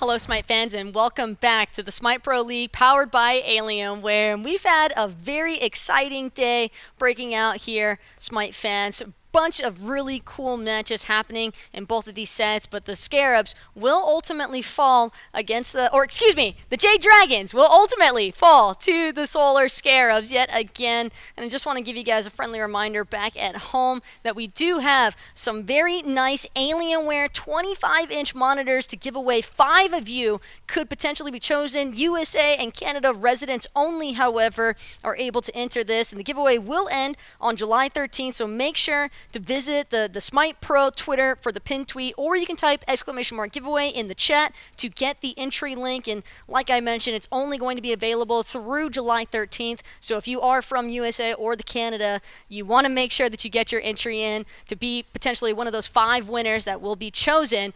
And we're talking a lot about winners here, Gore, and we have our winners of today's set with those Solar Scarabs taking down the Jade Dragons. Look, an interesting set between the Scarabs and the Titans yesterday, but this one was just so much better as a performance for them, right? Like, I mean, game 1, I actually am now going to double down on saying they maybe just did want to get game 1 out of the way with. They go hyper-aggressive with that draft, and it's like a coin toss, right? You are riding a thin wire. You either win hard or lose hard. Unfortunately for them, they lost hard. But game 2, SOT and Layers stepped up. Guess what? Layers stepped up once again for game 3. I think everybody on the team looked good, but Layers on this Gilgamesh from first blood to the end of the game was a driving force for them. I mean, 16.0 KDA. Like, this guy is just playing out of his mind here, and I was really enjoying watching this. The level of play that he was able to put up, the amount of control he gave to his team, it was just immeasurable, and it comes along with what Baronic was able to do, what SOT was able to do, and also inbound, like every single one of those ults that connects, despite an FG steal, despite all this stuff that doesn't go their way, they still look good doing it. Definitely some strong moments for the Jade Dragons, though, throughout this set. They nearly had the Solar Scarabs towards the latter end of game 3, but Jade Dragons just unable to completely power through. Layers and Solo Patrol definitely making a very big step up in comparison to what we saw out of the both of them in game 1. Seems as though they were able to play off of each other much better once they got a little bit more conventional picks to run in their roles. And I think it's one of those things, I can already see it, like, no Johns, like the Scarabs just won this one, right? Like they played better in games 2 and 3. I mean, 12-1 and 8 for Layers individually. I think the 13 assists that you see from inbound count a lot. 6-0 and 10 for Baronic. I think they just stepped up and did exactly what they needed to do, and for some reason they do it best when it's either do or die up against the Kings when it came to the group stages, or for some reason twice now against the Dragons. If they can get whatever they did and recapture today and what they've done in those other sets and just do it a little more regularly, I could see this team crawling into the top 4. Potentially, Gore, but I think it's safe to say that any of these SPL rosters, if they're able to play at their very best, like we see them on certain weekends, could potentially make their way into that top 4. Honorary shout out really quick, though, to Mike for that Magic Mike backstep into the Fire Giant steal. That was pretty crazy, man. I'm not going to lie. That was, I don't know if you understand the extent of it, chat, but that was a pretty intense steal. Fortunately for the Solar Scarabs, they still had the likes of Solo or Troll to fall back on to really hold it down for the team in that frontline position. And we've even got Solar Troll here with us for the post-game interview. SOT, what we have to ask. Chiron, Solo, what was going on there, man? I love Chiron. I think he's so much fun. I think he's actually a really good pressure god as well. He wins so many matchups, especially that Wukong matchup. I think he does pretty well, and I just think we could have definitely played better around it, myself included. I think we didn't really pressure solo inside enough, and there's a few of the draft things that we wanted, but we didn't really go through with the plan. And I think if we actually went through with the full plan, I think it would have looked a lot better for sure. Well, the team certainly didn't seem to mind it all that much, considering how games 2 and 3 went. And I guess for you, having been a participant to what we saw in game 1, what's it like for a team mentality to basically keep that mental fortitude strong after a game 1 performance like what went down? Yeah, I mean, it's just part of the job, right? I mean, you can't be giving up game 1, especially us, because we know that our game 1s are pathetic usually. Especially me, I'm so bad game 1s, but but this is part of the job. You got to keep your head in it, and we knew that. I mean, once we just go back on our plan B, if plan A, which is Chiron, didn't work, we had a good plan B, which was Hercules. So that worked out. I understand where you're coming from. You guys just like to lull the competition into that false sense of security with those game ones, but definitely cool stuff to see from you guys in games 2 and 3. And congratulations on taking that set victory to at least even things up for the weekend for your team. So hope you enjoy the rest of your day and that team celebration. And thank you so much for joining us. Thank you so much. Awesome stuff there from Solo Virtual, though, for real, in games 2 and 3. Game 1, prefer not to talk about it, but seems as though the Solar Scarabs understand where some of their weaknesses might lie, and given the fact that our next competitive weekend is going to be taking place, Gore, on that boot shift, big meta change soon to come, I'm sure a lot of these guys are looking forward to it. Yeah, I'm going to say, arguably, everything that you know about Smite, this meta, the gods that are being picked, like, all the numbers that I have mean literally nothing going into next week to me, because I think looking at it, a lot of these picks are going to change, the way people are building is going to change. Maybe it doesn't shift as much, but I think there's going to be a good transition period over the next couple of weeks as teams try to refigure out what is good Smite, right? Well, we can go ahead and take a look at the schedule. As you guys can see, Week 1's conclusion brings us to a couple of teams finding some solid 2-0 victories, most noticeably the Leviathans and the Olympus Bolts. Oni Warriors as well, taking down the Valhalla Valkyries. Solar Scarabs, while they fell 0-2 to the Tartarus Titans, made sure to find their comeback here today up against the Jade Dragons. And Titans just a little bit shy for this weekend, but you have to remember that this is only Week 1 of Split 2. Plenty more competitive Smite action in the weeks to come, like you were just mentioning, Gore, and I'm definitely really excited to see how everything is going to actually shape up for these teams. But currently, we've got Olympus Bolts, Camelot Kings, and Atlantis Leviathans all in a 3-way tie for first, since all 3 of those teams managed to win their debut sets for Split 2. Tartarus Titans, Oni Warriors in the 50-50 position, given that they lost one, but managed to find the bounce back aspects. Corrected myself there from misreading the Tartarus Titans standings initially from that week 1 schedule, but Jade Dragons only played 1 set so far. This might be one of the only times that we'll ever see them this low in the standings here, Gore, yeah. But I'm sure that that's a team that is never satisfied with a loss. And Valhalla Valkyries, of course, looking to try and find their bounce back opportunity as they trail very last place after Week 1. But for Week 2 coming up, we'll be starting things off with the Jade Dragons versus Atlantis Leviathans. That's sure to be a very spicy matchup. And again, have to keep in mind here, Gore, that these are all going to be matchups that take place after that Boots meta is removed. We're going to be seeing an entirely different game of Smite, and it'll be really interesting to see what the competitive style of play transitions to with that change going forward. Olympus Bolts finding themselves with a doubleheader. They're going to see if they're going to be able to maintain that first place 3-way tie. It should be interesting to see who's actually going to be on top after Week 2. Yeah, I'm excited to watch. I mean, there's so much that's going to change. It's also going to be a big test of how teams can adapt to a new meta, right? It's not just,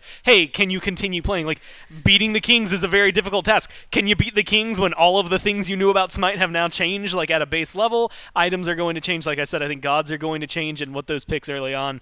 I'm just excited for next week. And most of the players have already alluded to this, chat, but everybody just seems to be really excited for that boot shift in the meta. Once boots are removed, completely out of the game, bound to see a lot of differences in terms of compositions, itemization choices, and just power fun play all around from the SPL. But for right now, from all of us here at hi-rez and from production, appreciate you guys for hanging out with us for week number 1 of Split 2. Make sure that you catch us here next week for even more Smite Pro League action, and we'll see you guys next time.